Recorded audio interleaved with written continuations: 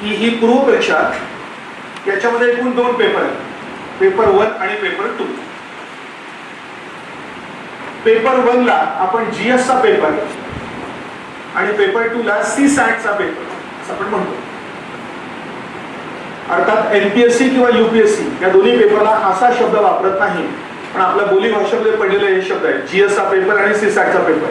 Otherwise UPSC तसेच MPSC याला फक्त पेपर 1 म्हणजे जनरल स्टडीज पेपर 1 आणि जनरल स्टडीज पेपर 2 असंच म्हणते. पण आपल्याकडे मात्र हे 2 अशा रीतीने शब्द पडलेले आहेत की पहिल्याला आपण जनरल स्टडीजचा पेपर आणि दुसऱ्याला मात्र सीसॅटचा पेपर. यूपीएससीचा जसा पॅटर्न आहे तशाच प्रकारचा पॅटर्न या ठिकाणी आहे. फक्त एक बदल या वर्षाच्या म्हणजे पुढच्या वर्षाच्या परीक्षेसाठी इथे सुद्धा होणार.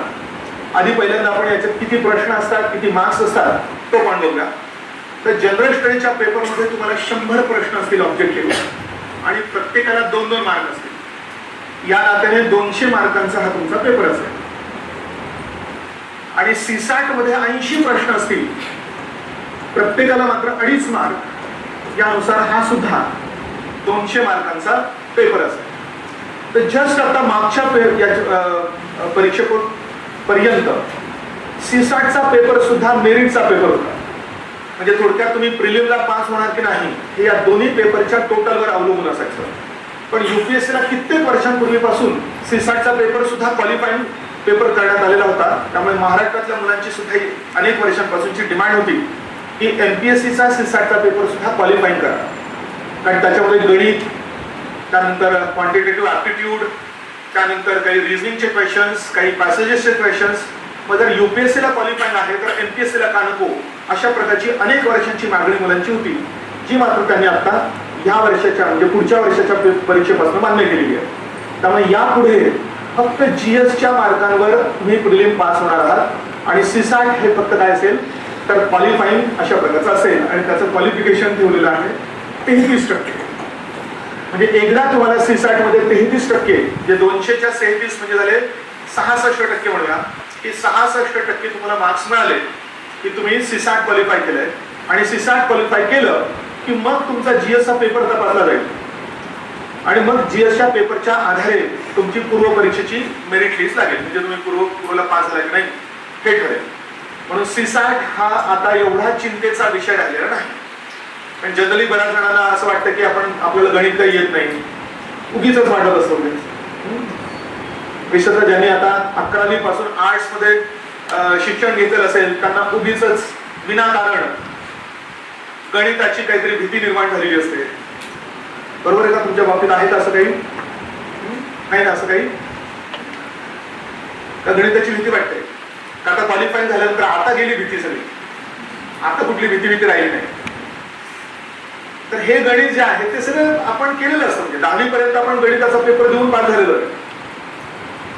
आर्टच्या मुलांना उगीच सायन्सची पण भीती वाटते, पण ते सायन्स सुद्धा आपण 10वी पर्यंत अभ्यासलेलं आहे आणि पेपर दिलेला आहे. त्यामुळे आता ग्रॅज्युएशन झाल्यानंतर जर तुम्हाला गणिताची किंवा सायन्सची भीती वाटत असेल आणि ते येत नाही असं वाटत असेल तर बोर्डाला तुमची डिग्री परत देऊन टाका किंवा एसएससी ची डिग्री परत देऊन टाका आणि त्यांना सांगा की मी कसं काय पास झालोय मला आता कळत नाही. मी ग्रॅज्युएशनच्या शेवटी आलेलो आहे, पण मी कसं काय 10वीची गणित पास केलंय किंवा सायन्स पास केलेलं आहे हे काय मला फार मोठी शंका आहे. कदाचित तुमच्याकडनं फार मोठी चूक झालेली दिसते.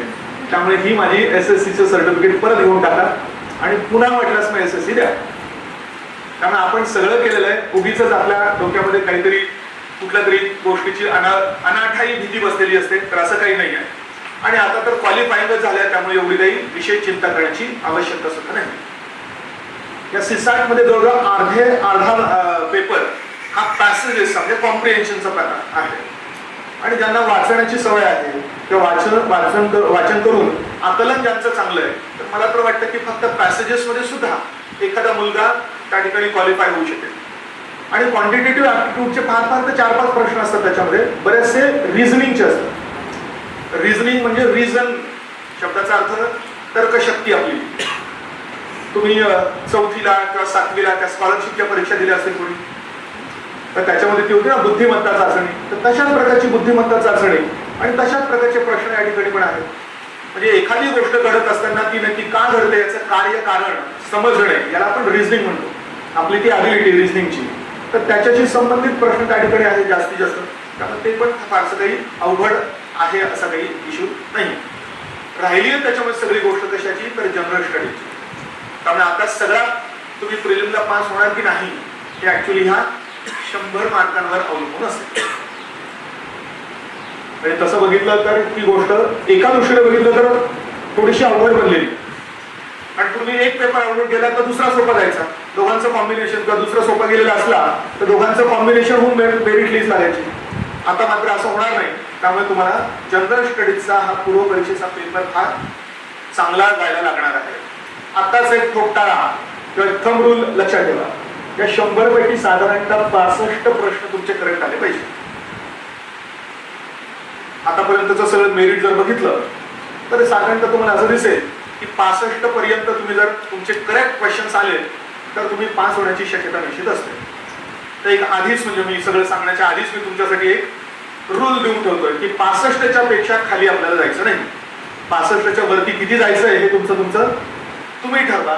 70 पर्यंत जायचंय का 80 पर्यंत जायचंय का 100चे 100 प्रश्न तुमचे करेक्ट आले पाहिजे असं साध्य करायचं आहे का कोणाचं टार्गेट 100चं? 100चे 100 प्रश्न बरोबर येतील असं कोणाचं टार्गेट आहे का? जर कोणाचं असेल प्रयत्न करू शकाल.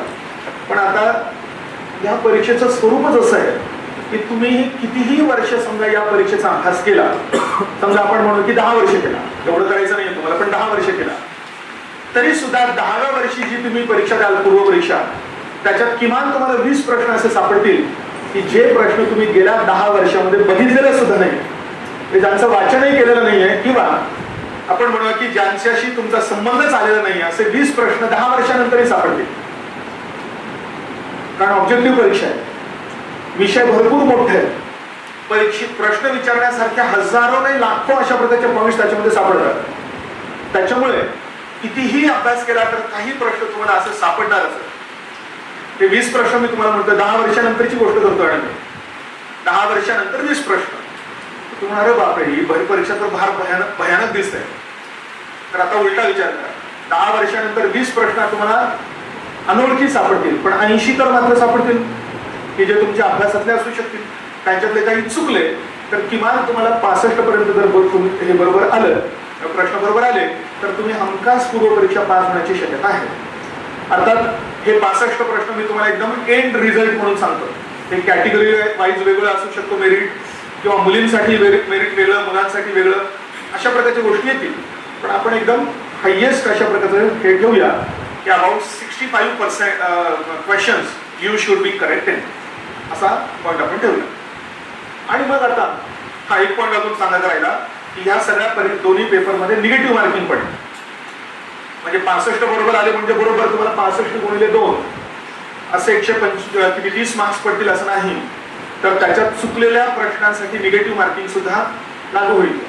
आणि निगेटिव्ह मार्किंग पूर्वी एकाच ती नव्हती पूर्व परीक्षेला, आता त्यांनी 2 वर्षापूर्वी ती एकाच 4 केली कोविडच्या दरम्यान. एकाच 4चा अर्थ असा झाला की तुमचे जर 4 प्रश्न चुकले तर एका प्रश्नाच्या मार्का इतके मार्क्स वजा होते. 4 प्रश्न चुकले तर एका प्रश्नाच्या मार्का इतके मार्क्स, एका प्रश्नाचे मार्क्स किती आहेत? 2 आहेत. म्हणून 4 प्रश्न जर तुमचे चुकले तर 2 मार्क तुमचे वजा होते. इथे लक्षात, प्रत्येक प्रश्नाला जर एकच मार्क असता तर 4 प्रश्न चुकले तर 1 मार्क तुमचा वजा झाला असता. पण प्रत्येक प्रश्नाला 2-2 मार्क असल्यामुळे जर तुमचे या 100 पैकी 4 प्रश्न चुकले, अर्थात मी चुकले म्हणतोय, तुम्ही अनअटेम्प्टेड ठेवलेले असतील तर त्याचे मार्क कोणतेही वजा होणार नाही. तुम्ही ते जर मार्क केलेलेच नसतील तर कोणताही निगेटिव्ह मार्किंग त्या ठिकाणी लागू होणार नाही. पण तुम्ही एखाद्या प्रश्नाचं उत्तर मार्क केलेलं आहे आणि ते चुकलं असेल तर अशा चुकलेल्या 4 प्रश्नांच्या मागे एका प्रश्नाच्या मार्का इतके म्हणजे 2 मार्क तुमचे वजा होते. पण हाच पेपर जर सीसॅटचा असेल तर एका प्रश्नाला 2.5 मार्क आहेत. म्हणून सीसॅटच्या 80 प्रश्नांपैकी तुमचे 4 प्रश्न जर चुकले तर टोटल मधून तुमचे 2.5 मार्क वजा होतील असा अर्थ झाला. म्हणजे जीएसटी जर तुमचे 8 प्रश्न चुकले, जीएसटी जर तुमचे 8 प्रश्न चुकले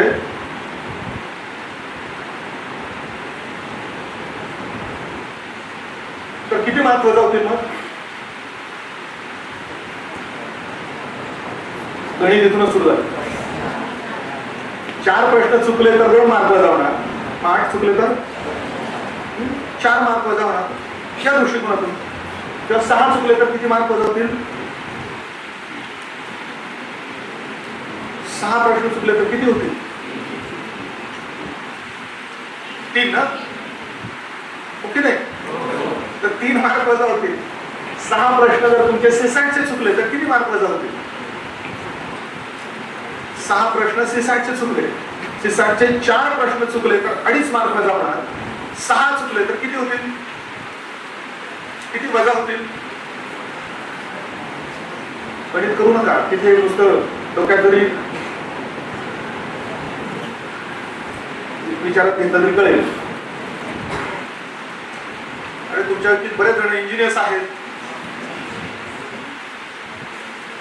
सीसॅटचे 6 प्रश्न चुकले तर टोटल मध्ये मार्क्स किती वजा होतील? 4 चुकले असते तर किती झाले असते वजा? 2.5. अजून पुढचे 4 वजा चुकले असते तर अजून 2.5 वजा झाले असते. पण पुढचे मात्र 2च चुकले म्हणजे 2.5च्या निम्मे वजा होतील. 2.5च्या निम्मे किती? 1.25. आधीचे 2.5 आणि 1.25 म्हणजे 3.75. 3 मार्क आणि वरचे 75.75 एवढे मार्क्स मात्र त्यांना वजा होतील. अशा पद्धतीने हे कॅल्क्युलेशन चालेल. आणि लक्षात किंवा आपल्याला जर फॉर्म्युलाच लिहायचा असेल तर असं आपल्याला म्हणता येईल की करेक्ट आन्सर किती आलेलं आहे गुणिले 2 जीएस साठी पण म्हणूया तुम्हाला किती मार्क्स मिळतील याचा फॉर्म्युला आपल्याला असं सांगता येईल. Correct questions multiplied by 2 minus wrong questions multiplied by 2 divided by 4. याच्याने तुमचं फायनल मेरिट येईल. 100 पैकी जर समजा तुम्ही 20 प्रश्न सोडवलेच नाही, 80 प्रश्न सोडवले, 80 पैकी तुमचे 60 प्रश्न करेक्ट आले आणि 20 प्रश्न चुकले. 100 पैकी 20 प्रश्न तुम्ही सोडवलेच नाही, 80 प्रश्न सोडवले म्हणजे 80 प्रश्नांची उत्तरं तुम्ही मार्क केली आन्सर शीटवर आणि मार्क केलेल्या 80 प्रश्नांपैकी 60 प्रश्न तुमचे करेक्ट आले आणि 20 प्रश्न चुकले. तर तुमचं मेरिट किती येईल? तर बरोबर आलेल्या 60 प्रश्नांना मार्काने गुणायचे 60 गुणिले 2 म्हणजे 120 पदार्थ. चुकलेल्या प्रत्येक प्रश्नाला सुद्धा 2 ने गुणायचे पण त्याला पुढे 4 ने भागायचे. 20 चुकलेले आहेत म्हणजे 20 गुणिले 2 झाले 40, 40 भागिले 4 झाले 10 म्हणजे 120 मधून तुमचे 10 मार्क टोटल वजा होते. आणि अशा रीतीने तुम्हाला जीएसच्या पेपरमध्ये 110 इतके मार्क्स मिळालेले असतील. 110 हा तुमचा जीएसचा स्कोर असेल. फक्त तुम्ही सीसॅट मध्ये मात्र क्वालिफाय झालेला असायला पाहिजे. तर अशा पद्धतीने तुमचं हे पूर्व परीक्षेचं मेरिट लागेल आणि त्यानुसार तुम्ही पास होताय का नापास होताय हे तुमच्या कट ऑफ नुसार ठरेल. त्या वर्षी किती पदं आहेत आणि त्या वर्षी अंदाजे म्हणजे 2-3 गोष्टी अवलंबून आहेत. पदांची संख्या आणि पेपरच्या म्हणजे पेपर किती कठीण होता किंवा किती सोपा होता याच्यानुसार सुद्धा थोडं कट ऑफ मध्ये इकडे तिकडे फरक पडतो. आता पुढची परीक्षा ही पहिलीच परीक्षा असेल अशा रीतीने क्वालिफाय करण्याची. त्यामुळे तेव्हा आपल्याला जास्त अंदाज येईल. ही 21 ऑगस्टला जी होणार आहे ती पहिलीच परीक्षा असेल की ज्यावेळी सीसॅट क्वालिफाय असणार आहे. त्यामुळे त्याच्या मेरिटनुसार आपल्याला पहिला अंदाज येऊ शकेल की साधारणतः मेरिट प्रिलिमला किती मार्कांच्या आजूबाजूला लागण्याची शक्यता असते. तसा हा एक गणित याच्या मागचं हे. आता या जीएसच्या याच्यामध्ये कोणते कोणते विषय आपल्याला अभ्यासायचे आहेत तर बघा. तर हा या ठिकाणी दिलेला सिलेबस आहे. याच्यामध्ये टोटल 7 पॉइंट सांगितले. तर एकेका पॉइंटचा आपण अभ्यास करूया किंवा डिस्कशन करूया. त्यातला पहिला पॉइंट सांगितलाय करंट अफेअर्सचा. त्यात चालू घडामोडी आणि पॉइंट असा सांगितला होता राज्य, राष्ट्रीय आणि आंतरराष्ट्रीय स्तरावरच्या महत्वाच्या घटना. म्हणजे आपल्याला महाराष्ट्राच्या राज्यात म्हणजे महाराष्ट्र राज्यात होणाऱ्या महत्वाच्या घटना, राष्ट्रीय पातळीवर भारताच्या पातळीवर होणाऱ्या महत्वाच्या घटना आणि इव्हन आंतरराष्ट्रीय पातळीवर होणाऱ्या महत्वाच्या घटना. महत्वाच्या घटना कुठल्या क्षेत्रातल्या त्या म्हटलेल्या नाही त्याकडे, पण मग त्या राजकीय असो किंवा विज्ञानाच्या क्षेत्रातल्या असो किंवा काहीतरी खेळाच्या क्षेत्रातल्या असो या विविध प्रकारच्या सांस्कृतिक दृष्टिकोनातून असो तर या महत्वाच्या ज्या काही घटना आहेत त्या घटना तुम्हाला कंटिन्युअसली अभ्यासायच्या असतात. आता मुख्य परीक्षेचा सराव झाल्यानंतरही तिथे आपल्या लक्षात येईल करंट अफेअरला किती महत्व त्याने दिलेलं आहे. पण अदरवाईज मात्र करंट अफेअर्स ही एक कंटिन्युअस वाचण्याची ऍक्टिव्हिटी असते. पूर्वी काय होतं की त्या मुख्य परीक्षेसाठी सगळंच ऑब्जेक्टिव्ह असल्यामुळे करंटचा जास्त अभ्यास करायला लागायचा आणि फॅक्च्युअल डिटेल्स खूप जास्त अभ्यासाला लागायचे. आता मुख्य परीक्षा डिस्क्रिप्टिव्ह झाल्यामुळे करंटच्या अभ्यासामध्ये सुद्धा थोडासा फरक पडेल तर दुसऱ्या वेगळ्या पद्धतीने आपल्याला त्याचा अभ्यास करायला लागेल. पण पूर्व परीक्षेला मात्र ते आहे म्हटल्यानंतर आपल्याला करंट अफेअर्स या तिन्ही स्तरावरचं करंट अफेअर्स तर पेपरमधनं आणि मासिकांमधनं दररोजचा पेपर वाचन करण्याची सवय आतापासून तुम्हाला लागली पाहिजे. काही जणांना आधीपासूनच असेल, नसेल तर मात्र आजपासून तुम्हाला दररोजचा डेली न्यूज पेपर वाचण्याची सवय लागली पाहिजे. त्यातही किमान पहिलं पेज आणि एडिटोरियल पेज हे तर तुम्हाला वाचणं एकदम कंपल्सरी असेल. म्हणजे बऱ्याच वेळा पेपर कसा वाचावा याची सुद्धा स्ट्रॅटेजी सांगितली जाते. पेपर वाचायचं म्हणजे सगळ्याच्या सगळं वाचायला पाहिजे त्यातलं असं नाही. काही जण त्या पेपरच्या हे करत बसतात, नोट्स काढत बसतात आणि दिवसाचे 3-3, 4-4 तास फक्त पेपरमध्ये घालवतात. पेपर वाचायलाच पाहिजे असतो पण एका विशिष्ट कालावधीमध्ये तुम्हाला ती ऍक्टिव्हिटी पूर्ण करायला पाहिजे असते. त्याच्यामुळे तुमची एक स्ट्रॅटेजी अशी असली पाहिजे. पुन्हा नंतर आपण त्याबद्दल बोलूया. पण जस्ट मी तुम्हाला प्राथमिक सांगतो. पेपरचं पहिलं पान वाचलं की लगेच एडिटोरियल पेजवर जायचं. जिथे संपादकीय आहे त्या संपादकीय पेजवर जायचं. संपादकीय जे काही इकडचे कॉलमचे असतील ते वाचायचे. त्याच्या शेजारी जे मोठे कॉलमचे लेख असतात ते वाचायचे. त्याच्या शेजारच्या पानावरचे वाचायचे आणि या दोन्ही पानांच्या आजूबाजूचे पानं सुद्धा वाचायचे. म्हणजे पहिलं पान नंतर हे 4 पानं झाले टोटल. हे 4 पानं वाचले की बाकीच्या पेपरवर फक्त नुसता कर्सरी लूक टाकायचा. म्हणजे फक्त काय आहे, महत्वाच्या गोष्टी दिसत आहेत का एवढं बघायचं. आणि जर त्याच्यामुळे महत्वाच्या गोष्टी दिसल्या नसतील, फक्त काहीतरी राजकीय दृष्टिकोनातून केलेल्या गोष्टी असतील तर त्या काही आपल्या परीक्षेला एवढ्या महत्वाच्या नसतात. त्यामुळे करंट अफेअर्स मध्ये काय वाचलं पाहिजे हे क्वेश्चन पेपरच्या अनालिसिस नंतरच एका विशिष्ट टप्प्यानंतर कळायला लागतं. त्यामुळे बऱ्याच वेळा सुरुवातीला ट्रायल अँड एरर पण होण्याची शक्यता असते. अनावश्यक गोष्टी आपण वाचण्याचा प्रयत्न त्या ठिकाणी करतो. अनावश्यक म्हणजे कोणत्या असं जर कोणी प्रश्न विचारला तर जनरली मी मजेने असं म्हणतो की पेपर वाचल्यानंतर ज्या गोष्टी आपल्याला पटकन वाचाव्याशा वाटतात, तर ज्या गोष्टींकडे आपलं पटकन लक्ष जातं अशा गोष्टी सहसा आपल्या परीक्षेच्या गरजेच्या नसतात. आणि एखादा लेख वाचायला सुरुवात केल्यानंतर पहिल्या ओळीतच किंवा पहिल्या पॅराग्राफ मध्येच बोर व्हायला लागतं. काही कळत नाही म्हणून बोर होत असतं. काय दिलेलं आहे, काय गरजेचं आहे का आपल्याला म्हणून बोर होत असेल तर आता उलट समजायचं की हे आपल्याला जरा जास्त महत्वाचं दिसतं. आणि या ठिकाणी आपल्याला बोर कोणत्या गोष्टी होतात की ज्या पटकन कळत नाही, थोडक्या गहन विचार करायला लावणाऱ्या अशा प्रकारच्या असतात जनरली. आता उलटा असा प्रकार करायचा. त्यामुळे तुम्ही पेपर वाचत असताना जे इंटरेस्टिंग म्हणून वाचता त्याचा आपल्या परीक्षेचा काहीही संबंध नाही. बऱ्याच वेळा राजकीय घटना भरपूर दिलेल्या असतात. आता अलीकडे तर वाढतच चालल्यात घटना. मग आता तुम्ही असं करणार का, असा अभ्यास करणार का की आता काल मुख्यमंत्री जे बनले एकनाथ शिंदे ते पहिल्यांदा सुरतला गेले होते. सुरतला जाताना त्यांच्या बरोबर इतके आमदार होते. मग नंतर त्यांना चार्टर्ड प्लेनने गुवाहाटीला नेण्यात आलं. नंतर त्यांच्याकडे इतके आमदार होते. मग नंतर इतके आमदार त्यांना येऊन मिळाले. त्यांचे काय वेगळे व्हिडिओज कोणाचे, काय ऑडिओ क्लिप्स कोणाच्या काय प्रसिद्ध झाल्या, नक्की ते कुठले आमदार होते. मग नंतर ते तिकडे गुवाहाटीला किती दिवस राहिले, मग तिकडून डायरेक्ट मुंबईला आले का गोव्याला आले, हे गरजेचं आहे का, गरजेचं आहे की नाही परीक्षेसाठी. तर याचा आपल्या परीक्षेला कुठेच संबंध नाही. इंटरेस्ट म्हणून ठीक आहे आपण ते वाचत असतो.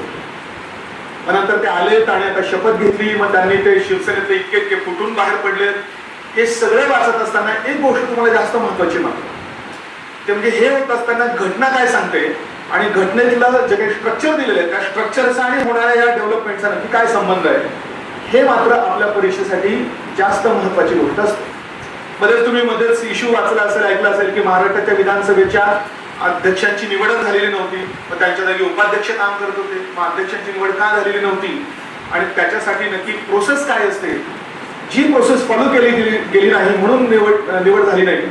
तर हे जे स्ट्रक्चर आहे त्याच्या मागे आपल्या घटनेतलं असेल किंवा कायद्यांचं असेल तर ते स्ट्रक्चर मात्र बऱ्याच वेळा पेपरमध्ये येतं सुद्धा, किंवा कधी कधी त्याच्याबद्दलचे खास लेख आलेले असतात, तर ते मात्र तुम्हाला वाचणं आपल्या परीक्षेच्या दृष्टिकोनातून महत्व. इथे लक्षात काय वाटतं तुम्हाला? पक्षांतर बंदी कायदा ऐकलाय? घटनेच्या कुठे दिलेला आहे तो घटनेमध्ये? पक्षांतर बंदी. ज्या पक्षाच्या तिकिटावर एखादा आमदार निवडून आलेला आहे किंवा खासदार निवडून आलेला आहे, तो पक्ष जर त्याने स्वेच्छेनं सोडला आणि तो दुसऱ्या पक्षात गेला तर त्याला पक्षांतर बंदी, म्हणजे पक्षांतर करण्यासाठी घटनेनं टाकलेली बंदी, पक्षांतर बंदीचे नियम त्याला लागू होतात. कुठे दिलेले नियम आहेत? घटनेमध्ये कुठे दिलेले आहेत? ऍटलिस्ट एवढं तर माहिती असेल, कुणी वाचलं असेल तर सांगू द्या, चुकू द्या. चुकीतूनच आपल्याला दुरुस्त योग्य गोष्टीकडे जायचं असेल सांगा. 10व्या शेड्यूल मध्ये भारताची घटना सगळी संपल्यानंतर पुढे टोटल 12 शेड्यूल दिलेले. शेड्यूल ज्याला मराठी आपण अनुसूची किंवा परिशिष्ट म्हणतो. शेड्यूल का दिलेले असतात? जसं पुस्तकांना अपेंडिक्स असतं बघा, पुस्तक सगळं संपल्यानंतर काही अपेंडायसेस दिलेले असतात. पुस्तकातल्या एखाद्या गोष्टीबद्दलची एक्स्ट्रा किंवा डिटेल्ड इन्फॉर्मेशन देण्यासाठी पुढे त्याला परिशिष्ट दिलेली असतात. तसंच घटनेला पण परिशिष्ट आहे. मूळ घटनेमध्ये 8 परिशिष्ट होती, आज एकूण 12 परिशिष्ट आहेत. त्यापैकी 10वं परिशिष्ट हे या पक्षांतर बंदीशी संबंधित आहे. ते परिशिष्ट तयार करण्याच्या आधी भारतात पक्षांतर मोठ्या प्रमाणात व्हायचं. एका पक्षातले माणसं दुसऱ्या पक्षात मंत्रीपद मिळण्याच्या अपेक्षेने जायचे. मग ही अशा रीतीने पक्षांतर होऊ नये, त्याच्यावर कंट्रोल ठेवण्यात यावा यासाठी घटनेत बदल करण्यात आला आणि हा पक्षांतर बंदीशी संबंधित सगळ्या गोष्टी त्याच्यामध्ये टाकण्यात आल्या. आणि आता त्या पक्षांतर बंदीच्या कायद्यातून जर सुटायचं असेल, म्हणजे पक्षांतर केल्यानंतर सुद्धा आमदारकी जायची नसेल, तर मग त्या ठिकाणी नियम दिलेला आहे. पूर्वीचा नियम होता 1/3 आमदारांनी जर समजा पक्षांतर केलं तर ते काही अपात्र ठरायचे नाही. पण 1/3 संख्या कमी वाटली म्हणून नंतर ती 2/3 करण्यात आली. म्हणून आता शिवसेनेचे सध्याच्या विधानसभेमध्ये 55 आमदार, 55च्या 2/3 पेक्षा जास्त आमदारांनी जर समजा पक्षांतर केलं तर मात्र ते अपात्र ठरणार नाही. आणि म्हणून मग त्यांची संख्या जास्तीत जास्त पाहिजे होती त्यांना, ती संख्या 36 येते. 55च्या 2/3 36 आमदारांना जमेपर्यंत ते तिकडे गुवाहाटीला थांबले. आणि मग नंतर जेव्हा त्यांना कदाचित लक्षात आलं की 36 आमदार आपले जमलेले आहेत, आता शिवसेनेतून बाहेर फुटून आपल्याला दुसऱ्या कुठल्या तरी पक्षात विलीन झालं तर आपली आमदारकी जाणार नाही, म्हणजे लगेच आपल्याला निवडणूक लढून पुन्हा आमदार बनण्याची आवश्यकता असणार नाही. तर ह्या कारणासाठी हे सगळे डेव्हलपमेंट घडून आले. तर हे तुम्हाला या ठिकाणी जास्त महत्वाचं आहे. रादर दॅन किती माणसं गेले होते, 36 लागणार होते ही महत्वाची गोष्ट झाली. पण कुणी तुम्हाला हा प्रश्न नाही विचारला की शिवसेनेचे किती आमदार कुठल्यानंतर त्यांना पक्षांतर बंदीचा कायदा लागू होणार किंवा लागू होणार नाही. हा 36 आकडा ते विचारणार नाही. आकडा काय विचारतील? 2/3 विचारला जाऊ शकेल. आणि आज 55 म्हणून उद्या 56 असते तर त्याचे 2/3 झाले असते, 60 असते तर त्याचे 2/3 झाले असते. तर सध्या कुणाचे किती आहे हा आकडा न विचारता नियम सांगतो की 2/3 पेक्षा जास्त माणसांनी जर पक्षांतर केलं संबंधित पक्षाच्या आमदारांनी, तर त्यांना हा पक्षांतर बंदीचा नियम लागू होणार नाही. आपण हे सगळं वाचन करत असताना आपल्याला पॉलिटिकल डेव्हलपमेंट्स आपल्याला कंटिन्युअसली आपण काही वाचणार, पण त्याच्या मागे काही कायद्याचा काहीतरी रोल आहे का, घटनेतल्या एखाद्या तरतुदीचा रोल आहे का, हे आपल्याला आपल्या दृष्टिकोनातून, अभ्यासाच्या दृष्टिकोनातून जास्त महत्वाचं असेल. आणि बऱ्याच वेळा मग ते एक तर त्याचे काही खास लेख असतात, नाही तर मग एडिटोरियल मध्ये मात्र ह्या अशा प्रकारच्या गोष्टी दिलेल्या असतात. संपादकीय केलेला आपण अग्रलेख म्हणतो, त्या अग्रलेखांमध्ये दिलेल्या असतात. त्याच्यामुळे तुम्हाला ते अग्रलेख समजून आजपासूनच वाचायला सुरुवात करायची. सुरुवातीला घटनांचं बॅकग्राऊंड माहिती नसेल तुम्हाला, म्हणून तुम्हाला कदाचित ते कळणार नाही. पण कळत नाहीये म्हणून जर तुम्ही ती प्रक्रिया बंद केली तर भविष्यातही कळणार नाही. त्यामुळे आजपासूनच तुम्हाला सुरुवात करायची आहे. अग्रलेखातल्या काही गोष्टी नाही कळल्या तरी हरकत नाही. साधारणतः काही एखाद्या महिन्याचा आपण म्हणूया की अभ्यास तुमचा झाला, वाचन व्हायला सुरुवात झाली की मग तुम्हाला बऱ्याचशा गोष्टी कळायला सुद्धा लागू शकतात, त्यांचं बॅकग्राऊंड कळायला लागू शकतात. असं तो प्रकार आहे. त्यामुळे करंट अफेअर्स हा अशा प्रकारचा या ठिकाणी सांगितलेला पहिला पॉईंट आहे. दुसरा पॉईंट दिलेला आहे भारताचा इतिहास आणि भारताची राष्ट्रीय चळवळ. इंग्लिशमध्ये history of India and Indian national movement. दुसरा पॉइंट, दुसरा आपला अभ्यास आहे भारताचा इतिहास.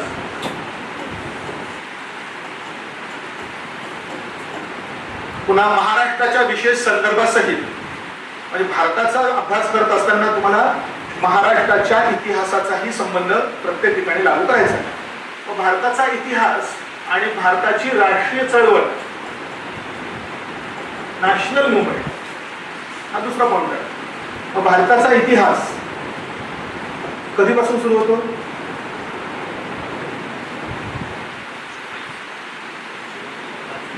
इतिहासाचे आपण 3 टप्पे करतो: प्राचीन, मध्ययुगीन आणि अर्वाचीन किंवा आधुनिक. Okay. Ancient history, medieval history आणि मॉडर्न हिस्ट्री.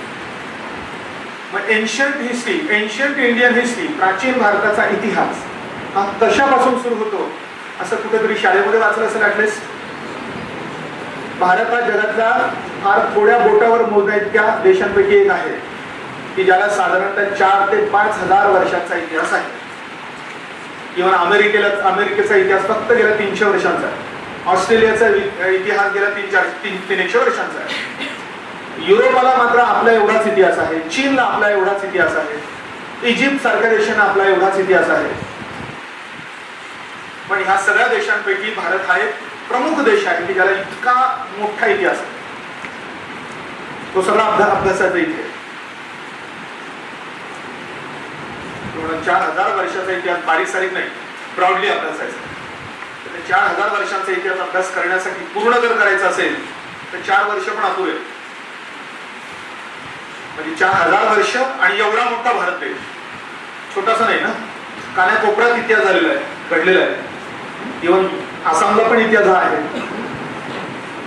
गमारी म्हणून आसाम जस्ट आठवलं म्हणून. देशाच्या प्रत्येक भागाचा वेगळा इतिहास आहे आणि मेनस्ट्रीम हिस्ट्री सुद्धा एक आहे.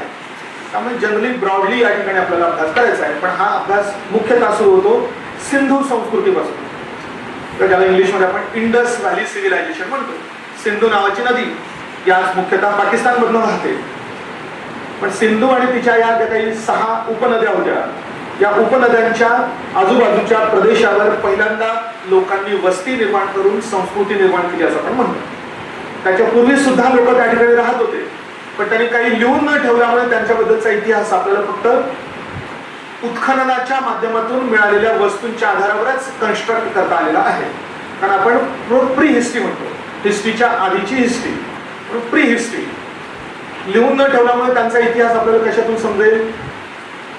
लेयर्स खोदायचे जमिनीचे, प्रत्येक लेयरला साधारणतः 1-1 मीटरच्या लेयरमध्ये ज्या काही वस्तू सापडलेल्या असतील या वस्तूंचा अभ्यास करायचा आणि त्या अभ्यासावरून त्या लोकांच्या इतिहासाची काय म्हणतात लिखाण करतात. म्हणजे इतिहासकार ते असं रीतीने त्या लोकांच्या इतिहासाबद्दलचे वर्णन करतील फक्त वस्तूंच्या आधारावर. बोन्स सापडतात, कुठे मडके सापडतात, किंवा घरात वापरायच्या भांडी सापडतात, किंवा देवासारख्या काही मूर्ती सापडतात. मग देवासारख्या मूर्तींवरनं त्या लोकांचे धार्मिक विचार कसे असतील याबद्दल सांगता येऊ शकेल. त्यानंतर पुन्हा ते जे काही बोन्स सापडलेले असतील ते बोन्स कुठल्या प्रकारचे सापडलेले आहेत, कुठे एकत्र सापडलेले आहेत यावरून काही निष्कर्ष काढतात. काही ठिकाणी फॉर एक्झाम्पल एकाच ठिकाणी जर अनेक बोन सापडले असेल त्यांना तर त्याच्यावरून ते काढतात की हा भाग कदाचित त्यांचा स्मशानभूमी असावी. काही ठिकाणी त्यांना महिला आणि पुरुष या दोघांचे बोन्स एकत्र सापडलेले दिसतात, त्याच्यावरून मग ते निष्कर्ष काढतात की कदाचित सती नावाची प्रथा या ठिकाणी असावी. असे विविध प्रकारचे निष्कर्ष फक्त सापडलेल्या वस्तूंच्या आधारावर काढले जातात, कारण आपण प्री हिस्ट्री म्हणतो. आणि जेव्हापासून त्या लोकांनी लिहून ठेवलेलं आहे तिथून जे सुरू होतं त्याला आपण हिस्ट्री म्हणतो. मग इंडसमध्ये किंवा सिंधू संस्कृतीमध्ये राहणाऱ्या लोकांना लिखाणाची कला अवगत होती का? लिहिता यायचं का त्यांना? तर काहीतरी भाषा असावी का त्यांची, किंवा स्क्रिप्ट असावी का लिखाणाची?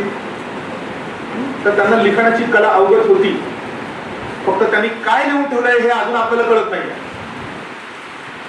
कारण त्यांची जी स्क्रिप्ट होती, लिपी होती, ही चित्रांच्या स्वरूपातली पिक्टोग्राफिक लिपी होती. त्यामुळे त्यांचे जे काही शिक्के वगैरे सापडतात त्याच्यावर त्यांनी काहीतरी लिहून ठेवलेलं आहे असं इतिहासकार म्हणतात. पण नक्की ते अक्षर नक्की काय सांगतात, त्यांचा अर्थ नक्की काय होतो हे अजूनही कुठल्याही इतिहासकाराला फायनली सापडलेलं नाही.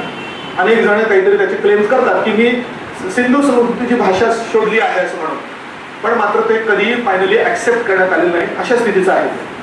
त्यामुळे आपण म्हणू की इतिहास तिथून सुरू होतो, त्यांनी लिहून ठेवलेलं आहे, पण मात्र लिहून ठेवलेल्या गोष्टी मात्र त्यांना म्हणजे आज आपल्याला काही कळत नाही. म्हणून बऱ्याच वेळा सिंधू संस्कृतीला प्रोटो हिस्ट्री म्हणतात. प्रॉपर हिस्ट्री म्हणण्याच्या ऐवजी प्रोटो हिस्ट्री. प्रोटोचा अर्थ होतो similar. It is similar to history. Similar to history का लिहून ठेवलेलं आहे, फक्त आपल्याला निश्चित माहिती नाही की काय लिहून ठेवलेलं आहे, त्याचा अर्थ आपल्याला कळत नाही म्हणून. तर तिथून तर साधारणतः आतापर्यंतचा फार मोठा भारताचा इतिहास आहे. अर्थात पूर्व परीक्षेलाच तेवढा वाचायचा म्हटल्यानंतर आपल्याला फार ब्रॉडली अभ्यास करावा लागणार त्या ठिकाणी. पण त्याचा अभ्यास करताना हा मात्र जास्त डिटेल्ड अभ्यास आपल्याला करावा लागेल. भारतीय राष्ट्रीय चळवळ, पूर्वी याला आपण स्वातंत्र्य चळवळ म्हणायचो.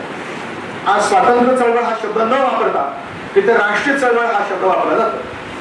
स्वातंत्र्य चळवळ म्हटलं तर लगेच अर्थ कळेल आपल्याला की ब्रिटिशांपासून स्वातंत्र्य मिळवण्यासाठी भारतीयांनी केलेली चळवळ, त्याला आपण स्वातंत्र्य चळवळ असं म्हणतात. पण तो मात्र फार संकुचित शब्द असल्याचं लक्षात आलं, म्हणून स्वातंत्र्य चळवळ हा शब्द गेला आणि त्याच्या जागी उलट जास्त ब्रॉड असं वाक्य आपण वापरतो, राष्ट्रीय चळवळ. राष्ट्रीय चळवळ म्हणताना पहिल्यांदा आपल्याला राष्ट्र म्हणजे काय ते कळायला लागेल. राष्ट्र आणि देश या शब्दांमध्ये फरक काय आहे ते कळायला लागेल. इंग्लिशमध्ये आपण कंट्री हा शब्द वापरतो आणि नेशन हा एक शब्द वापरतो. राष्ट्र आणि देश दोन्ही सारखे शब्द का वेगळे अर्थाने? किंवा राज्यघटनेचा अभ्यास करतानाही पहिल्यांदा हा अभ्यास येतो. काय वाटतं तुम्हाला? बोली भाषेत आपण दोन्ही शब्द सारखेच वापरतो. भारत हा एक देश आहे, भारत हा एक राष्ट्र आहे. दोन्ही भाषेमध्ये बोली भाषेमध्ये आपण दोन्ही शब्द सारखाच अर्थाने घेतो.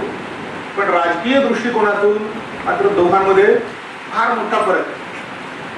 देश केव्हाही देश निर्माण होऊ शकतो चार गोष्टी एकत्र आल्या तर.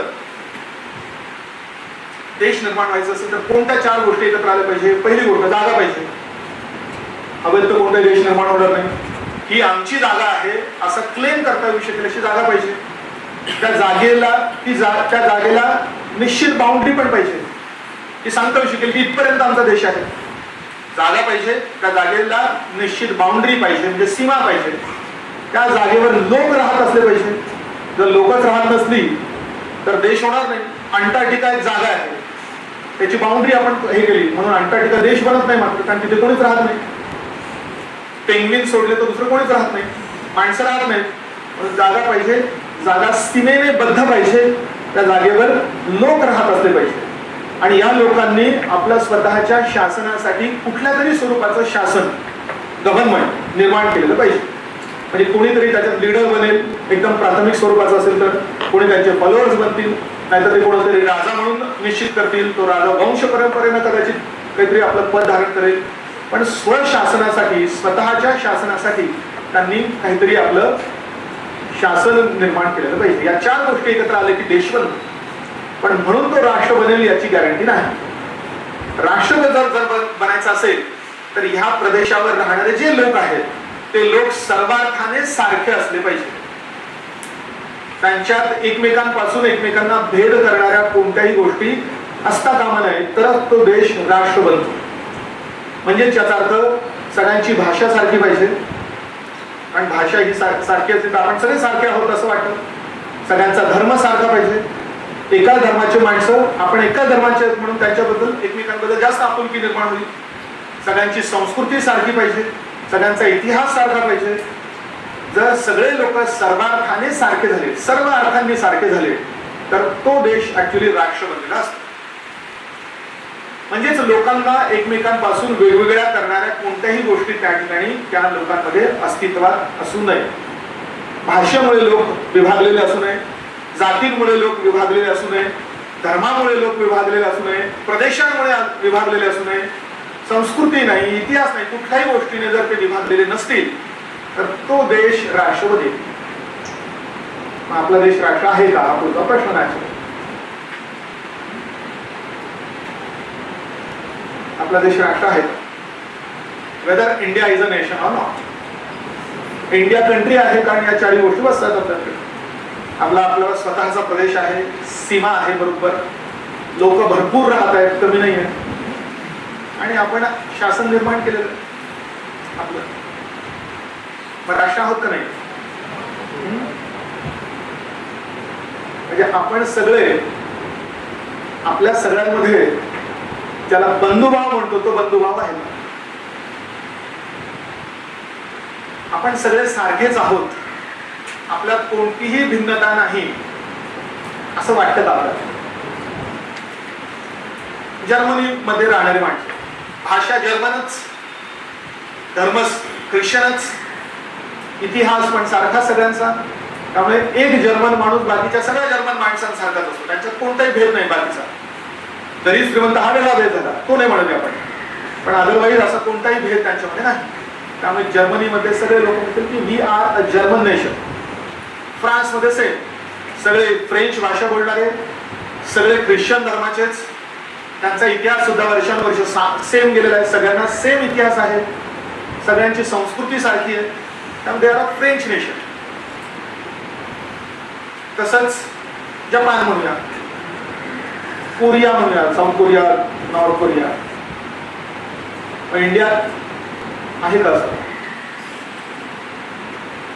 आपण पहिल्यांदा स्वतःबद्दल विचार करताना आपण मराठी आहोत असं विचार करतो का भारतीय आहोत असा विचार करतो?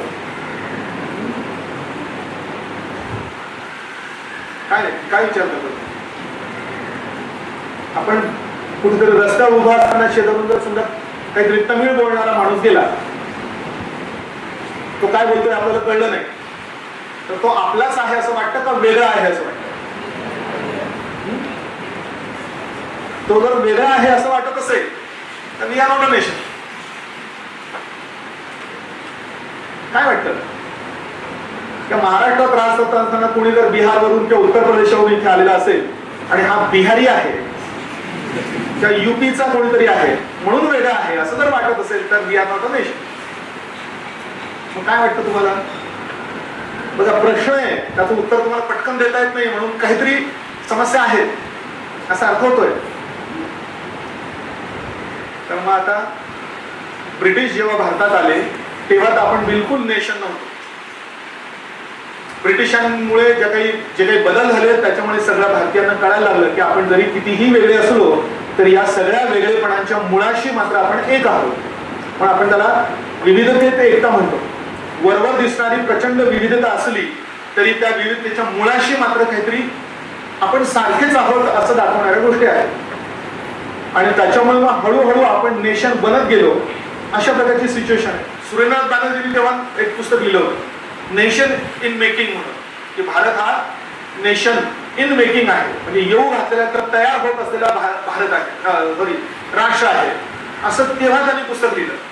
त्यामुळे आज आपण निश्चित म्हणायला नको की कितीही आपल्यामध्ये भेद दिसत असला तरी सुद्धा त्या भेदांमुळे आपण राष्ट्र नाहीये असं जर आपणच जर म्हटलं तर मग ती प्रक्रिया आपणच खंडित करतोय, पुढे नेण्यासाठी अडथळा आणतोय असं त्याचा अर्थ होईल.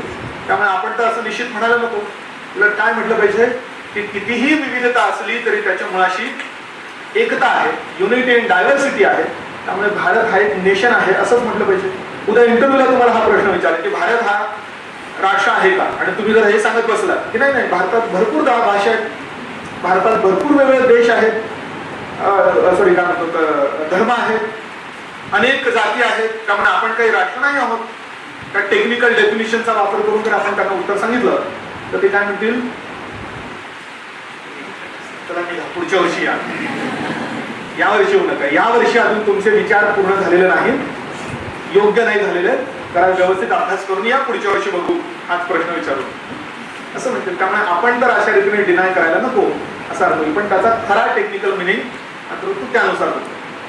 मग आता जेव्हा ब्रिटिश आले त्यांच्या विरुद्ध त्यांना आपण घालवून टाकण्यासाठी आपण स्वातंत्र्य चळवळ केली. पण भारतातले तेव्हाचे सगळे चळवळ करणारे माणसं फक्त स्वातंत्र्यासाठीच लढत होते असं नाही,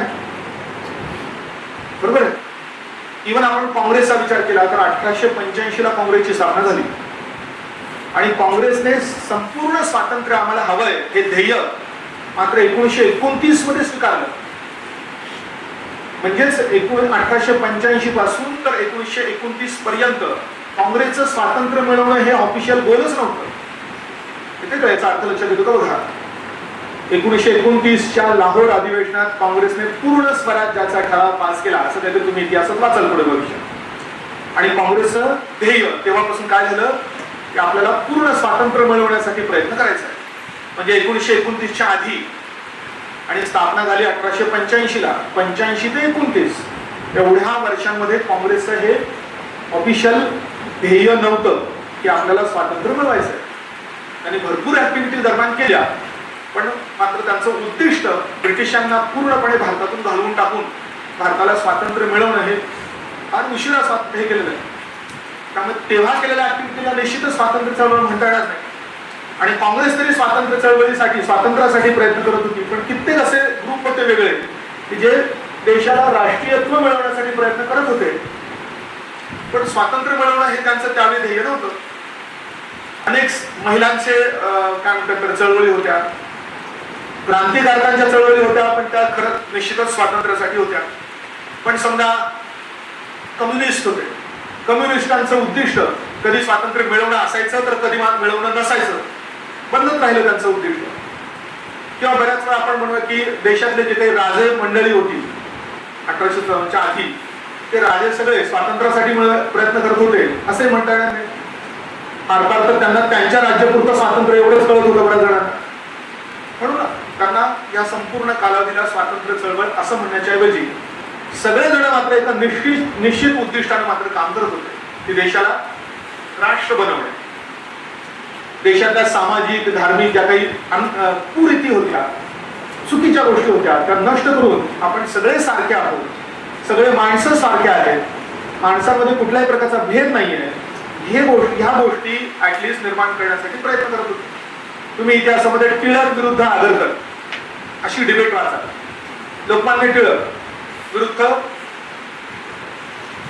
आगरकर, दोन्ही इथेच नारायणपेठेतले.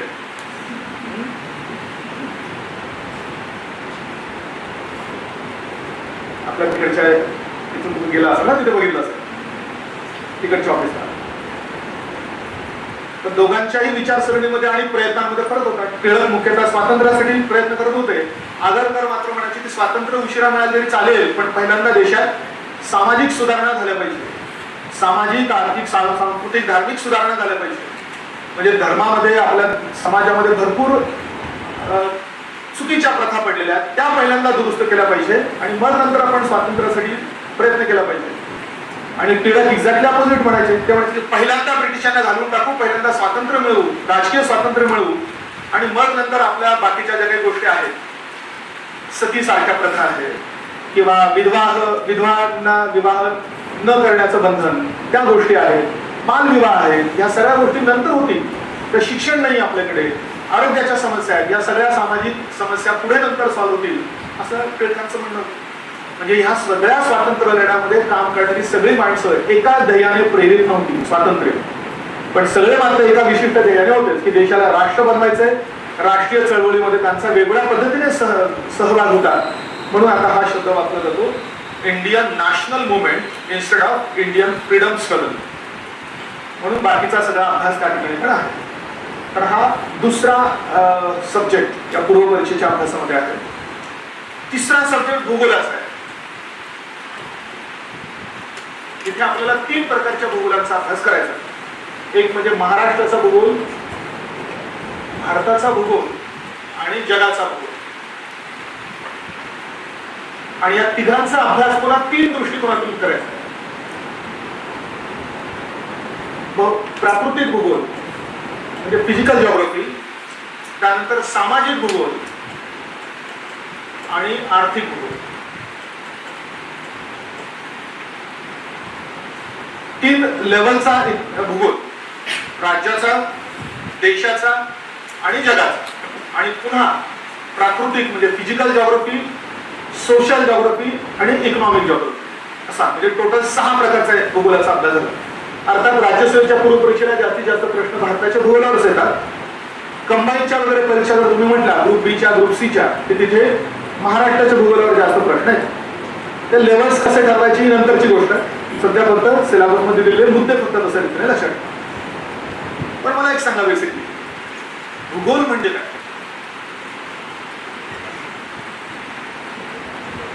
जिओग्राफी म्हणजे काय? त्यांनी डिग्री घेतली असेल विषयामध्ये, घेतली का कोणी? भूगोल म्हणजे काय? भूगोलाचा अभ्यास केला असेल ना काही जणांनी, बऱ्याच जणांनी केलेला आहे. काय होतं ना की आपण एखाद्या विषयामध्ये डिग्री घेतलेली असते, पण त्या विषयाचा एका वाक्यात अर्थ सांगा असा तुम्ही प्रश्न विचारला. व्हॉट इज इंजिनिअरिंग असा प्रश्न विचारला, काय बाकी सगळं सांगते, पण व्हॉट इज इंजिनिअरिंग बी झालेला आहात म्हटल्यानंतर व्हॉट इज इंजिनिअरिंगचं उत्तर पटकन आलं पाहिजे, पण ते नाही पटकन सांगताय. तर त्याच्या पुढे what is engineering and how technology is different from engineering. आपण 4 वर्ष शिक्षण घेतलेलं असतं, पण घेतलेल्या शिक्षणाचा जी डिग्रीचा जो काही सब्जेक्ट आहे त्याचा व्हॉट इजचं उत्तर आपल्याला देता येत नाही पटकन. बीएससी ऍग्री कोणी काही जणांचं ग्रॅज्युएशन असेल, मग प्रश्न विचारा व्हॉट इज ऍग्रिकल्चर. त्याचा एका, कारण हे इंटरव्ह्यूला येतात प्रश्न असेल, इंटरव्ह्यूला विचारले जातात. तर काही BA बॅचलर ऑफ आर्ट्स, मग त्यांना विचारलं what do you mean by arts. Arts म्हणजे काय, आणि आर्ट्स हे विज्ञानापेक्षा वेगळं कसं असतं. आर्ट्सचे सब्जेक्ट तुम्ही सांगाल सगळे, हे आहे बा आर्ट्स मध्ये मी एवढा वाचलेलं आहे, पण आर्ट्स म्हणजे काय.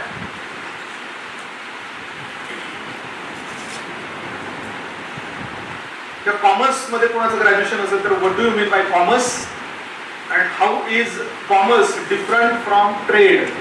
ट्रेड अँड कॉमर्स नेहमी 2 शब्द येतात ना, व्यापार व वाणिज्य. कॉमर्स म्हणजे काय, एका वाक्यात उत्तर द्यायचंय. कॉमर्स मध्ये काय शिकलं ते नाही सांगायचं.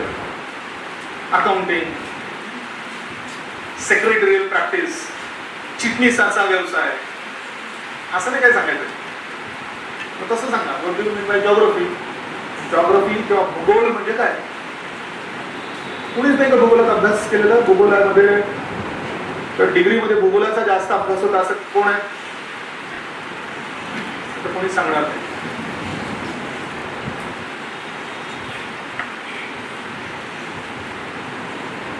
आता विचारांची स्पष्टता पाहिजे, कॉन्सेप्च्युअल क्लॅरिटी पाहिजे, आणि असलेले विचार शब्दात मांडण्याची सवय सुद्धा झाली पाहिजे. आणि आता लिखाण करायचंय म्हटल्यानंतर शब्दात मांडणे हे 2 प्रकार झाले. बोलून शब्दात मांडणे आणि लिहून शब्दात मांडणे. विचार तर प्रत्येकाला येतात, सेकंदाला विचार येत राहतात, आयडियाज प्रत्येकाकडे असतात, पण त्या आयडियांना व्यवस्थितपणे शब्दरूप देता येणं भाषेच्या माध्यमातून आणि लिखाणाच्या माध्यमातून, ही पुढची स्किल तुम्हाला डेव्हलप करावी लागणार. आणि ती प्रॅक्टिसने डेव्हलप होते. ठीक आहे, उपजत असेल तर चांगलीच गोष्ट आहे, नसेल तर मात्र प्रॅक्टिसने डेव्हलप करता येऊ शकते. त्यामुळे लगेच तुम्हाला समजलं पाहिजे. म्हणजे आता असं जर करायचं असेल तर मग तुम्ही वाचनातच तसा फरक केला पाहिजे की एखाद्या गोष्टीचा मूळ मिनिंग काय होतो हे आपल्याला लक्षात आलं पाहिजे. यानुसार मग काय होतं, भूगोल म्हणजे कोणी काय म्हणेल पृथ्वीचा अभ्यास. मग पृथ्वीचा अभ्यास म्हणजे काय, की पृथ्वी कशी तयार झाली आणि कशाची तयार झालेली आहे याचा अभ्यास का काय. भूगोलापासूनच अजून एक ब्रांच येते जिओलॉजी म्हणून, भूगर्भशास्त्र. पण तिथला अभ्यास हा मुळात भूपृष्ठाच्या खालच्या गोष्टींचा अभ्यास. भूगोलाचा बेसिक मिनिंग होतो भूपृष्ठाचा अभ्यास,